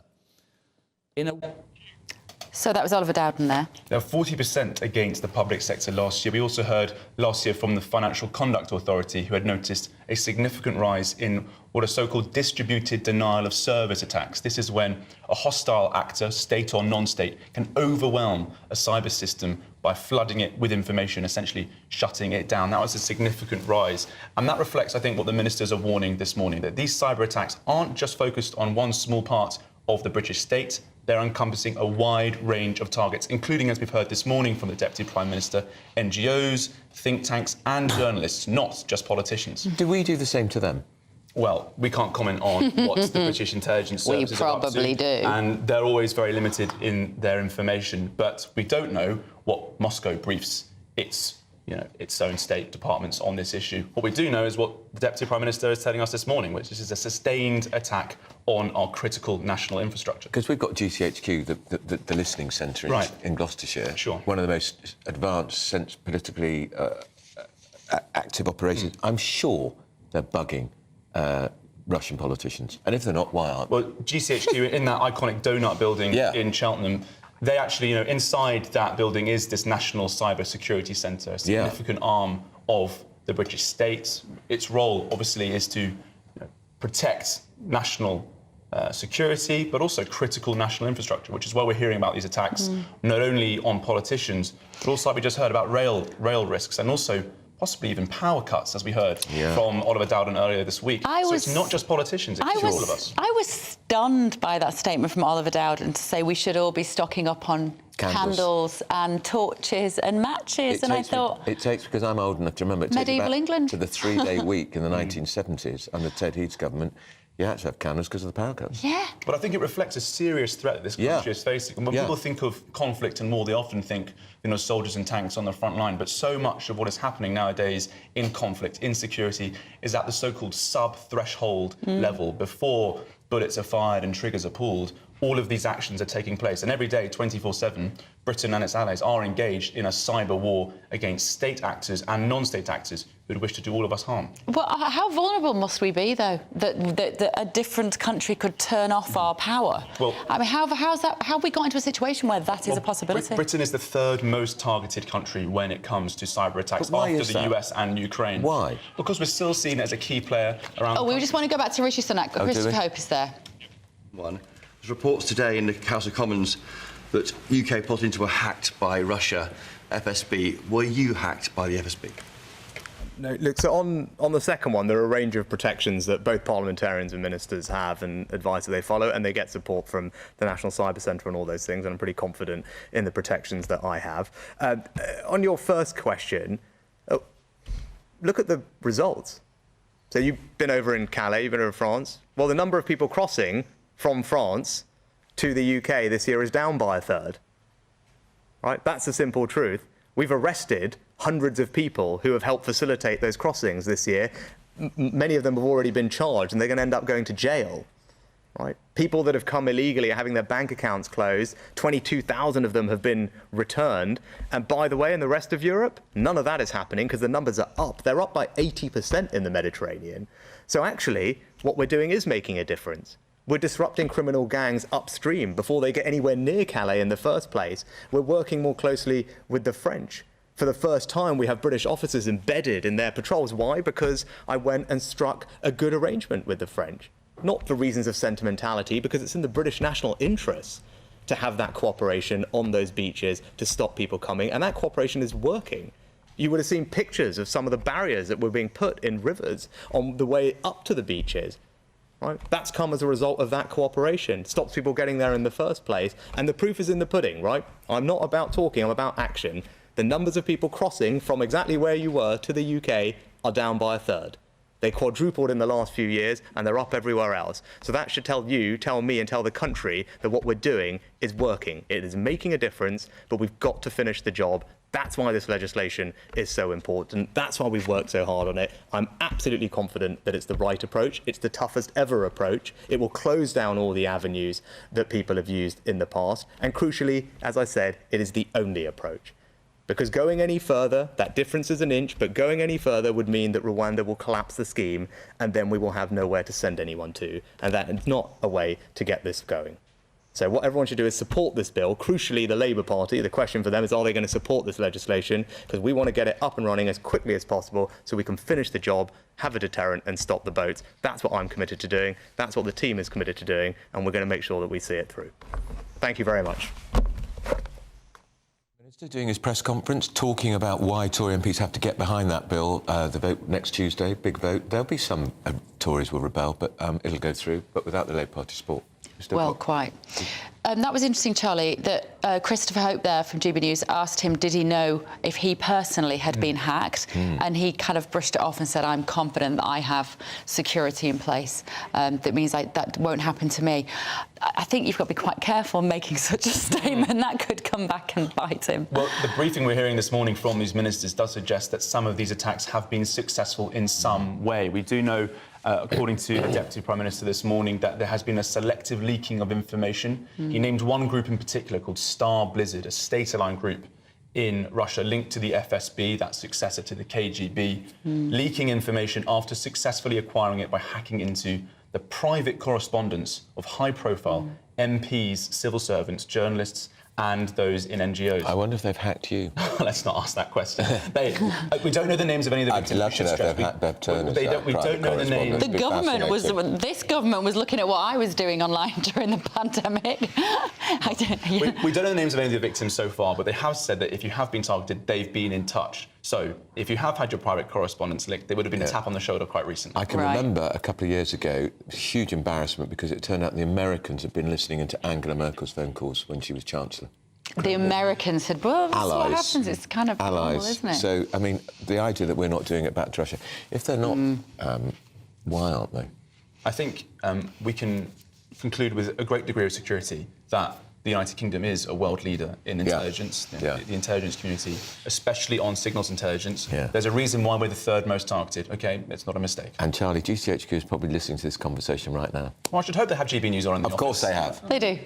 They do. We know it's always on in the 10 Downing Street canteen anyway, so good morning to everybody working in 10 Downing Street. Keep up the good work at number 10. You're only 20 points behind in the polls.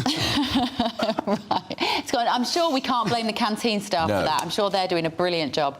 Right, still to come, we'll have expert analysis on Rishi's speech, what he just said. If you missed it, we're going to be drilling down into that for you.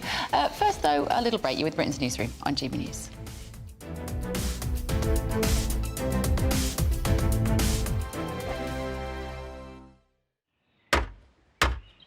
is it? We're here for the show. Welcome to the Dinosaur Hour with me, John Cleese. I was married to a therapist. And you survived? I thought we were getting Hugh Laurie. Second best.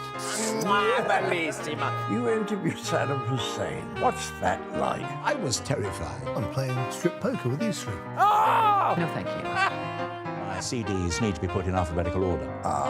Are you going to be problematic again? The Dinosaur Hour. Sundays on GB News. Good afternoon, Britain. Good afternoon, Britain. Join us, Tom and Emily, To find out what's happening in the heart of Westminster. and why it matters to you.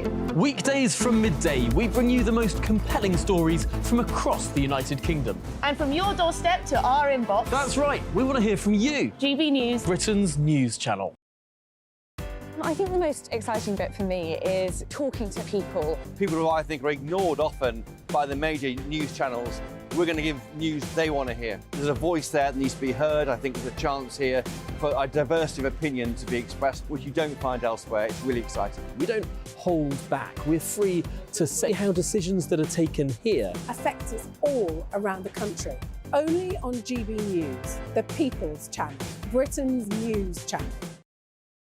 I'm Michelle Dewberry, and I'm not here to tell you what to think. I'd much rather hear what you have to say. So send in your opinions to gbviews@gbnews.com. Keep them clean, and you never know, I might read them out. With my panel here on Jubes & Co, we debate, we get stuck into the issues of the day on a show where all views are welcome, especially yours. GB News, the People's Channel, Britain's news channel. In the GB Newsroom, we bring you the news as it happens. With our team of dedicated journalists across the UK, we're ready to give you accurate reporting every day. When the news breaks, we'll be there with bulletins on GB News, the People's Channel, Britain's news channel. Your weekend starts here with Friday Night Live with me, Mark Dolan, 8 till 9 on GB News. Big stories, big guests and big laughs as we get you ready for a cracking weekend. That's Friday Night Live with Mark Dolan. Fridays 8 till 9 on GB News. Bring your own drinks. The admission's free. GB News, unlike other broadcasters, isn't obsessed with the London-Westminster bubble. We think there's a nation beyond the M25, and that's why we talk about the issues that matter across the land. Join me on State of the Nation, 8 to 9 o'clock, Monday to Thursday, on GB News. Daisy's listening, and you should too. Tired of the usual focus-tested, pre-prepared Westminster runaround? Well, so am I. So you want higher taxes? Is your department to blame for this? Are you rethinking this policy? Every Sunday at 9:30, I'll be sitting down with those in power to get the truth about the issues affecting you. Let's be honest, we've known about the cost pressures of this project for years, not months. That's the Camilla Tominey Show, a politics show with personality. On GB News, the People's Channel, Britain's news channel.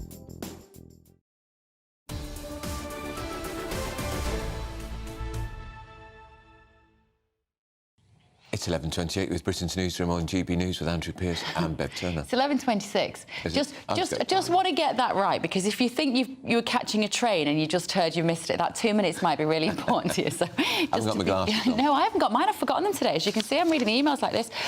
Right, John has said, if this legislation leaves any opportunity for human rights lawyers to bring individual migrant cases to court, they'll take advantage of it. That is about the legislation that Rishi Sunak was just spelling out in his press conference there about why it's so important. He reckons he's cracked it, doesn't he? Well, look, they'll have a big vote in the Commons. That's almost immaterial, Bev, because it's not the Commons where he's going to have difficulties. It's the House of Lords, full of judges, full of lords, bishops, and that wretched Archbishop of Canterbury who organised last time. He will do everything he can to kill this stone dead. Appalling. Why are the bishops in the House of Lords anyway? Are you allowed to be really unpleasant about Archbishop of Canterbury? I can't stand him.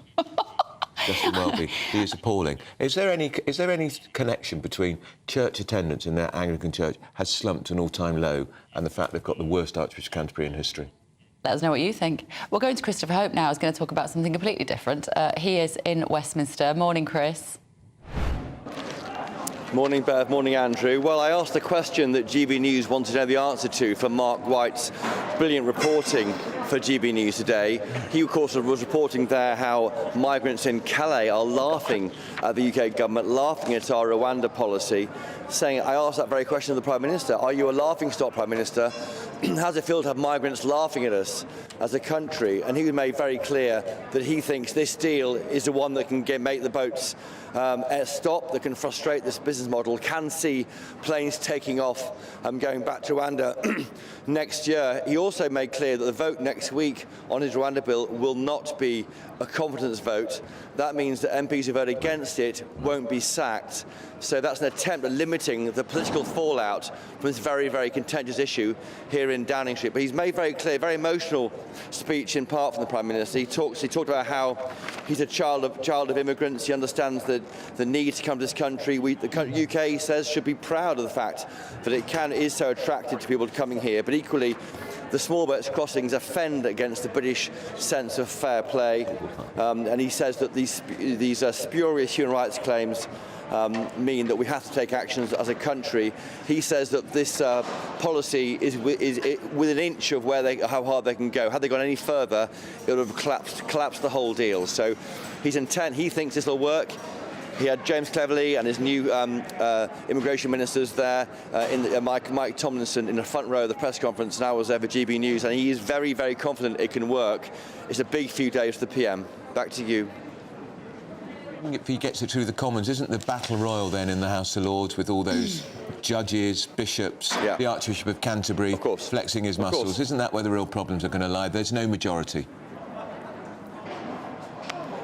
The government, the Tories do not have a majority in the House of Commons, Andrew. That's been the case since time immemorial. The problem they've got is this idea was not in the manifesto in 2019. So the laws, it's in the right of the laws to obstruct and delay this legislation if they're not happy about it. What the government wants is a big majority next week. The bigger the majority, it's very hard. The way our way we work with Parliament in this country, the bigger the majority in the Commons is much harder for laws to frustrate it. So they want a big number out on Monday or Tuesday when this vote happens. We'll find out shortly. And when that happens, hopefully they'll push it through to the Lords in January or February. But it's a lot at play here, but crucially, it's not a confidence vote, the government's saying today. Christopher, you're on Downing Street there. They have very strict security, and there's normally nobody apart from maybe the Downing Street cat coming out of that door. You've got a huge crowd behind you today. We're all sat here wondering, who are they? Yeah. As I understand it, these are veterans. There's a veterans meeting or a reception with the Prime Minister. I think there's some health workers. And this is the kind of thing you see every day when we're lucky enough to broadcast for GB News from the Downing Street. You see all human life goes through here. Over there, a few doors down, the PM has been fighting for his political career. And behind me, he's meeting with people who actually matter, not journalists, but people who actually do the hard yards for this country. And I think that's part of the joy of our democracy and maybe the joy of being Prime Minister. So will Rishi Sunak be down there meeting the members of the public today? I think he was meeting them before the press conference. The press conference started at 11 o'clock. Oh, nice. Been for coffee? Looking who's leaving now. Yeah, for coffee. And then he went from having that small talk into a meeting with journalists fighting for his political future. That's politics. Yeah, And Chris, great question to the Prime Minister. Well done. That's Chris Hope, who is our political editor. Thanks very much. Thank you, Chris. Now, Kemi is coming from. Good for her. The Equalities Minister, Kemi Badenoch, giving a stark warning about children and transgender issues. We'll bring you all the latest on that. Seeing, I would say, almost an epidemic of young gay children being told that they are trans and being put on a medical pathway for irreversible decisions, and they are regretting it. That is what I'm doing for young LGBT children. I am making sure that young people do not find themselves sterilized because they are being exploited by people who do not understand what these issues are. Good for you. Her. Clarity, well done, authority, and its schools should get a grip of this issue. Yeah, that and much, much more after your morning's news with Sam.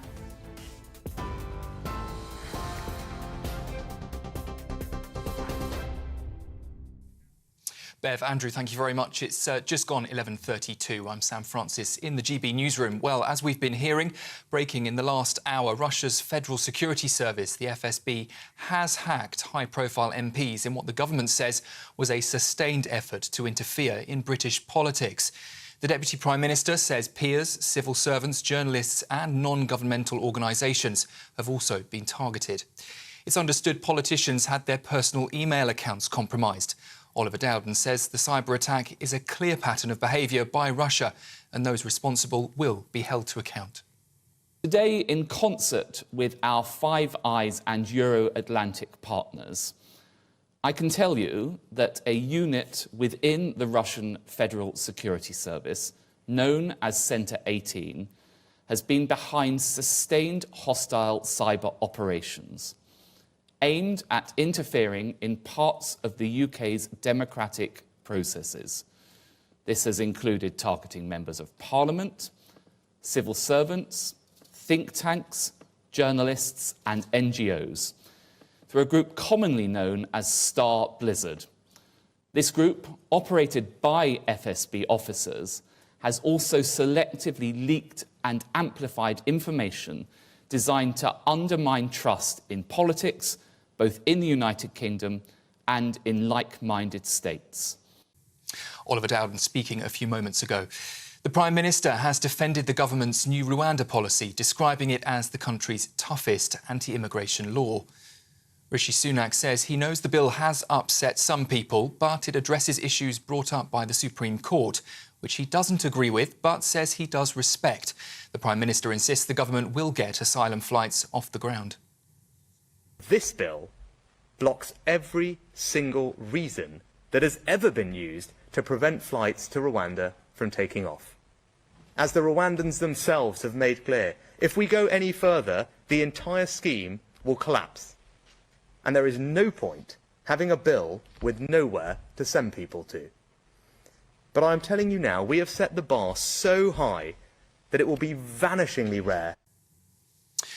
Boris Johnson has told the COVID inquiry he's not confident that there's enough evidence to support claims that the Eat Out to Help Out scheme that he introduced during the pandemic led to a rise in cases. The former Prime Minister is giving evidence for the second day after being booed by crowds of bereaved families as he left the inquiry last night. It's confirmed that Rishi Sunak will appear at a hearing there on Monday. Well, you can get more on all of those stories by visiting our website, gbnews.com.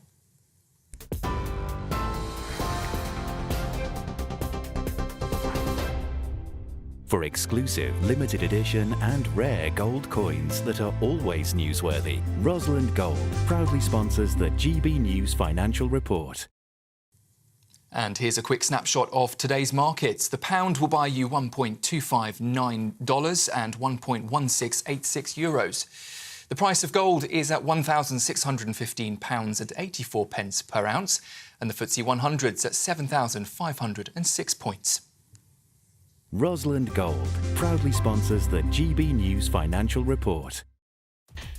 Still to come this morning, some not so surprising news. Apparently, high blood pressure is 9% more likely if you are married. So what's your excuse then? That's why I've no longer got high blood pressure. This is Britain's Newsroom on GB News.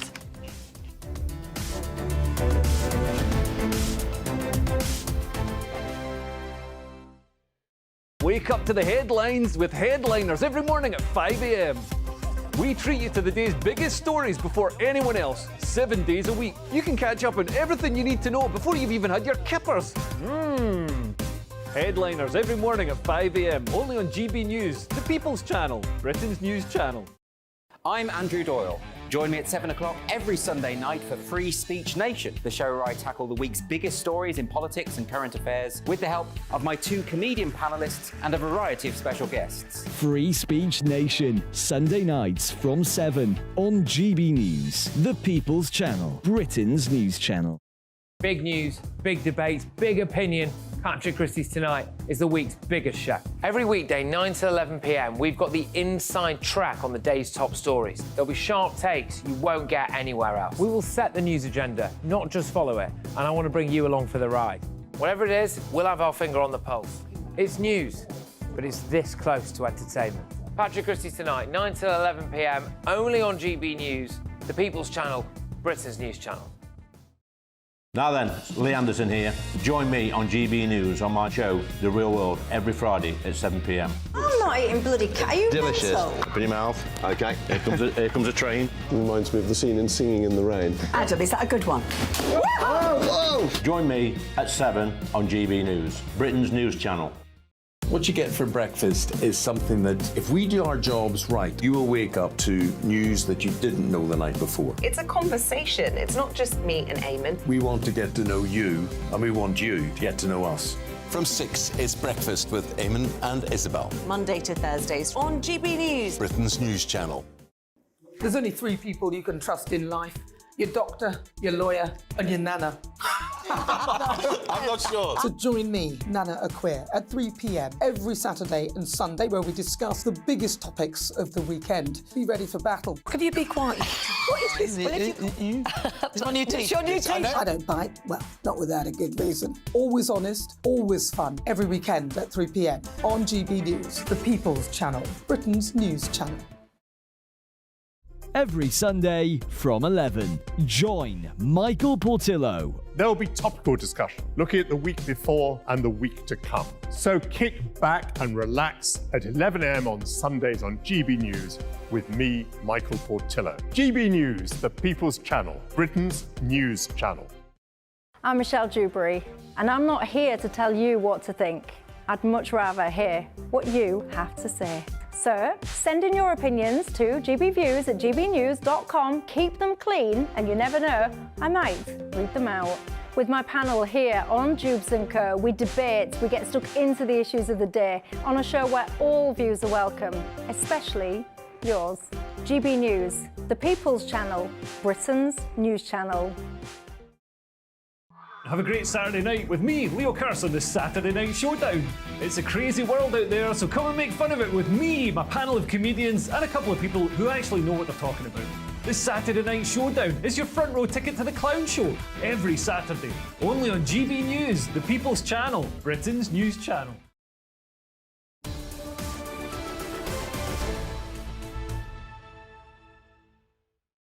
Very good morning. It's 11:39. You're with Britain's Newsroom on GB News with Andrew Pearce and Bev Turner. They're back, Carol Malone and former Labour advisor Scarlett Maguire. Round 2 between you two. We get on really well. We get on fair, actually. Yeah. This is what we do, right? We do fiery debate, and that is why. In fact, one story we're going to come on to in a minute, which is about Nella Rose in the jungle, who said we don't like, she any never. of us. Well, she's out of the jungle now, isn't she? But she said she's never with anybody that doesn't agree with her opinions. Like, well, you're going to go through life not really learning anything. These people are in. So we are here to learn. Right, Carol, let's start with Boris's COVID apology yesterday. Did you believe his tears? I kind of did. I mean, I believe that. Yeah, I do. I think it was emotional. I thought it was a sincere apology. What I think there was, you know, I was watching and I was thinking, you know, the guilt for everything that went wrong has to be collective, not just Boris. It has to be the cabinet, Parliament, you know, the scientists, the media, Labour Party, the media. I mean, definitely the media as well. So all of those things, guilt is collective, and I think, you know, you can't scapegoat one person in all of this and say it's their fault. But you know what I'm getting cross about, because this inquiry is not asking the right questions. The only questions that needs to be asked are: did the 3 long? Were they necessary? Did they work? And what's the plan for the next time? So forget the plan we just had. What's the plan for the next time? And then not doing any of that. Yeah. And that is really, it's really getting me. You know, we think this is going to cost up to £250 million. Is that your phone, Pierce? No, it's not. Well, it is your phone. It isn't. It's up to £250 million it's going to cost. And for what? If it doesn't come up with a policy for the next pandemic, of which I'm sure there will be one. Malone, it can't, because it's. I mean, say we have another pandemic next year, God forbid. They're not going to be carrying on with this inquiry till 2026. I think it's true, but you know, and I was watching them. You know, the scientists last week, Valence and Whitty, were trying to blame him and saying he didn't understand any of it. Well, they should have explained it more clearly. Well, they were giving contradicting evidence about it, and they couldn't agree. So how the hell do they expect Boris to be able to understand? But I think I think it's really shameful to. It seems to me that the inquiry's decided that Boris is to blame for everything, and it's very easy to blame him. It's the easiest thing to do, because the hardest thing to do is get a policy for the next time and sort out what we don't do next time that we did this. And I want to know more, Scott, about where all the money went, all of the contracts that were being out. And I know maybe that's not in this module, and maybe they will come to that. But there are so many questions that this is just not even touching the sides with the pertinent issues. No, I mean, there's no question that I think we've got to the stage of knowing that Number 10 was in complete chaos, that they were in the middle of arguing all the time with each other, and whatever actually Boris says slightly different under Mrs Thatcher and Tony Blair, can I say, that it's got nothing to do with WhatsApp thing. The problem with the Boris apology was it was just PR. I mean, he and his advisors... You don't think it was genuine? No, he and his advisors had agreed. He briefed it out beforehand, He did. which Lady Hallett was not happy about. Who cares what she thinks? He's a politician. He's a politician. Maybe he could sort of act properly. But then he actually refused to say sorry for anything in specific. But I think you're right. I mean, you're absolutely right, Carol. What we need to know is what happens next time, and what could we have put right. And actually, I think the argument over when we should have locked down in 2020 isn't the big one. Yeah. The bigger ones is what we should have done later, when we actually did know about it.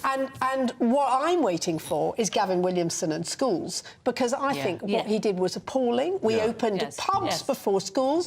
The knock-on effect of the lack of learning and the mental health for school children. Scarlett, that's not the government's fault. That's the teachers' fault. The teachers were refusing to go in because they were saying kids were spreading. Now, kids weren't spreading it and they weren't affected by it. But, you know, I think these are the really important questions. What did that policy do to education, to medical issues, to the cancer people who were never diagnosed? That's what we should be talking about. But actually, you say it's the schools. I mean, the thing about Gavin Williamson is because he felt that being Education Secretary was below him and really he should go back to defence. I mean, he didn't meet the schools. He wasn't trying to negotiate with the schools. You compare... Hold on. You compare Gavin Williamson to what Victoria Atkin, the present Health Secretary, is trying to do with the doctors, and they're completely different. Gavin Williamson did not go in, did not meet the teachers, did not say, what can we do about the schools? What can we do about the children? That's what I want to know about. But going back to you, Bev, and the PPE, a total scandal. I mean, millions and millions were wasted. And they somebody said, well, you know, and all this PPE that was never used. It wasn't never used. It was useless. I mean, that's what was so terrible. That's what we need to learn. The inquiry seems to be... It seems to be a Tory bashing exercise to me. And, you know, I don't care who said what. No, quite right. I don't care who swore. No. You know, when you're going through a pandemic, no one knows what they were doing. And, yes, of course, tensions would be high. And that's why it's crazy to blame one person.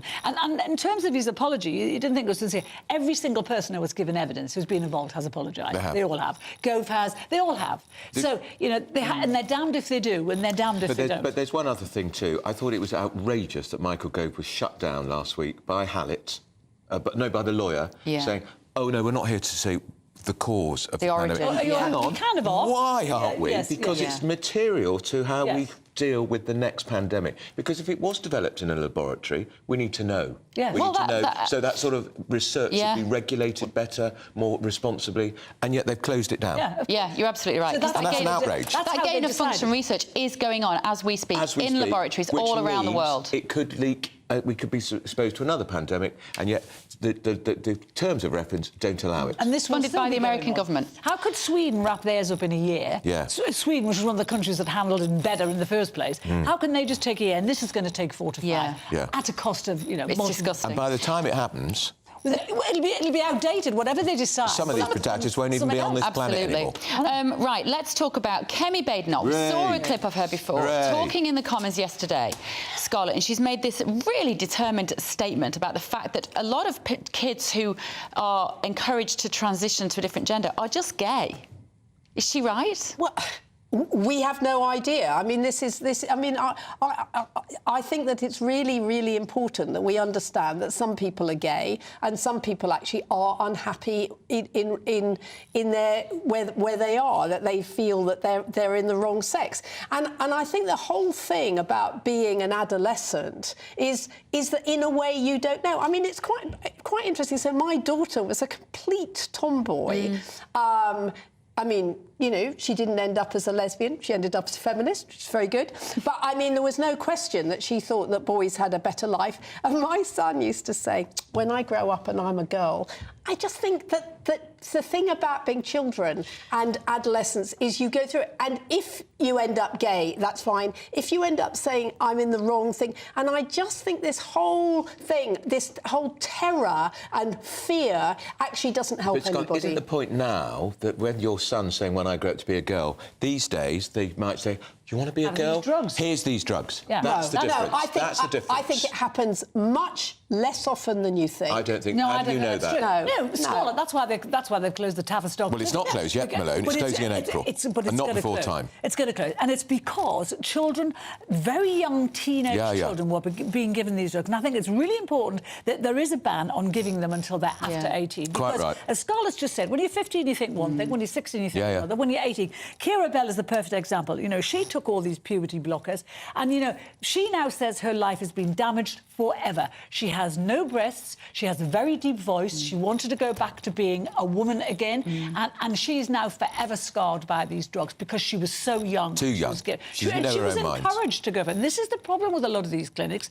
They encourage teens whose minds haven't been made up yet about what they are to take these drugs. And sometimes it's the parents. Well, yes. Sometimes the parents are bringing their own dysfunctional psychology to those situations and encouraging children to be something that they may not necessarily be. Sometimes it's a teacher. We have to protect the children from these adults. And we also have to stop children being able to change their pronouns at school without the school telling the parents. It's outrageous.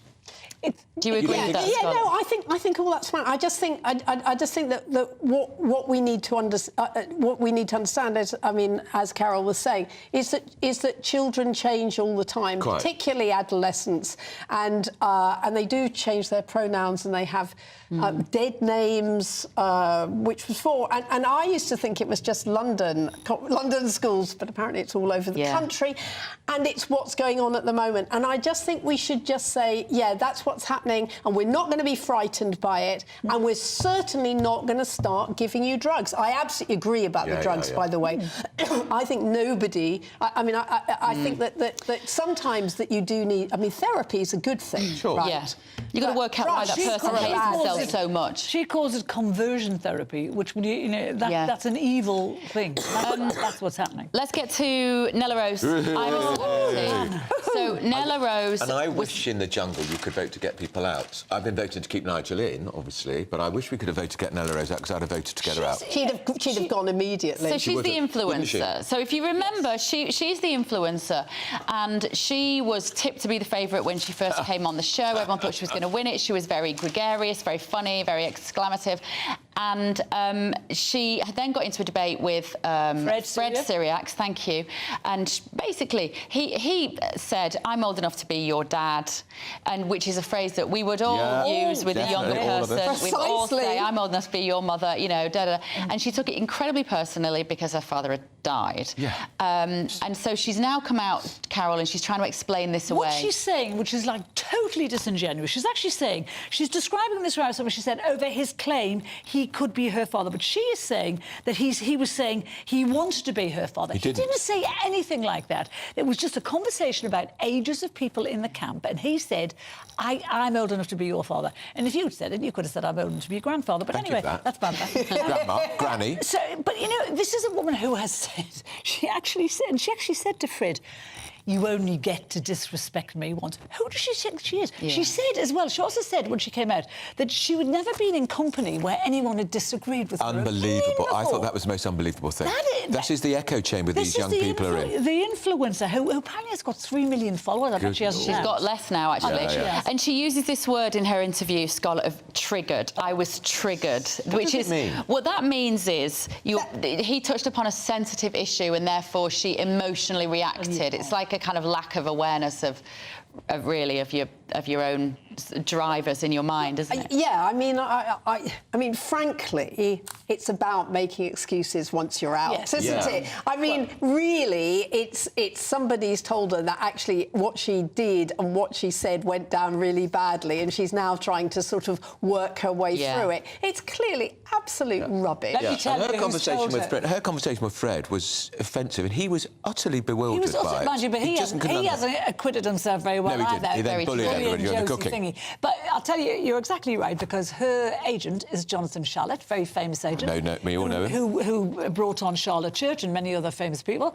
And she'll have come out and he'll have said, right, this is what you've got to do now. You're going to save your future career. Because the whole point of ITV were all ready to give her a load of staff because they liked her. They thought she was going to be a big star. She was appalling. Yeah, well, I mean, no one likes her.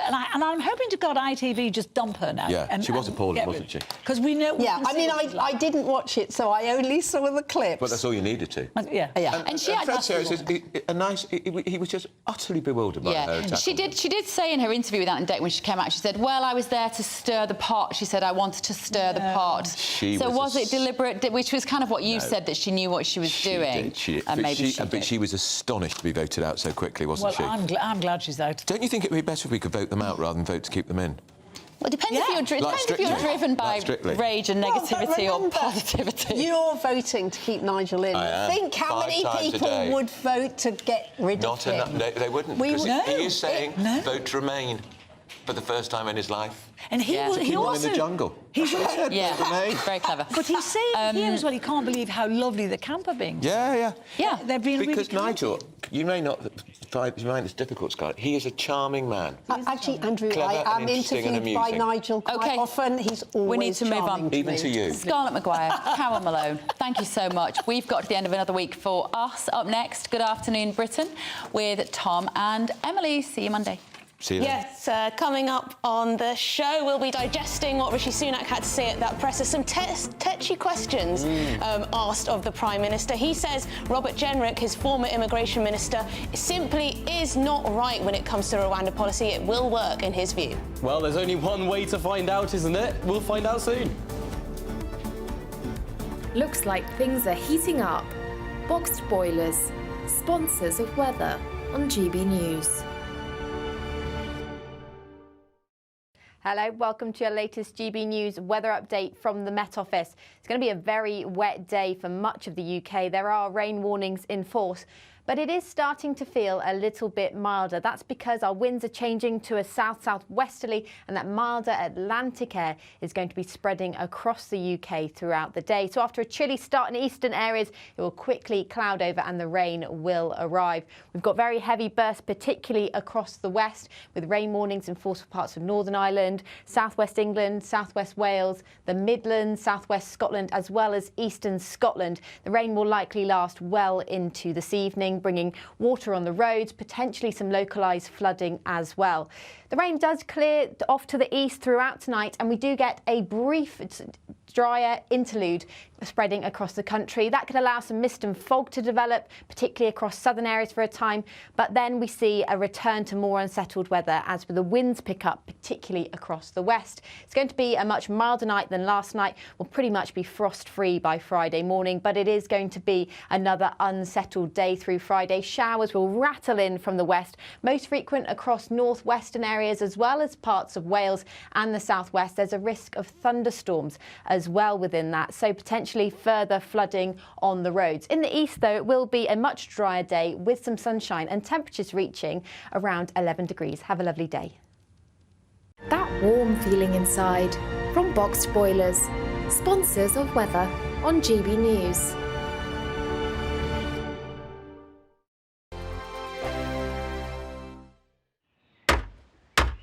Who is it? We're here for the show. Welcome to the Dinosaur Hour with me, John Cleese. I was married to a therapist. And you survived? I thought we were getting Hugh Laurie. Second best.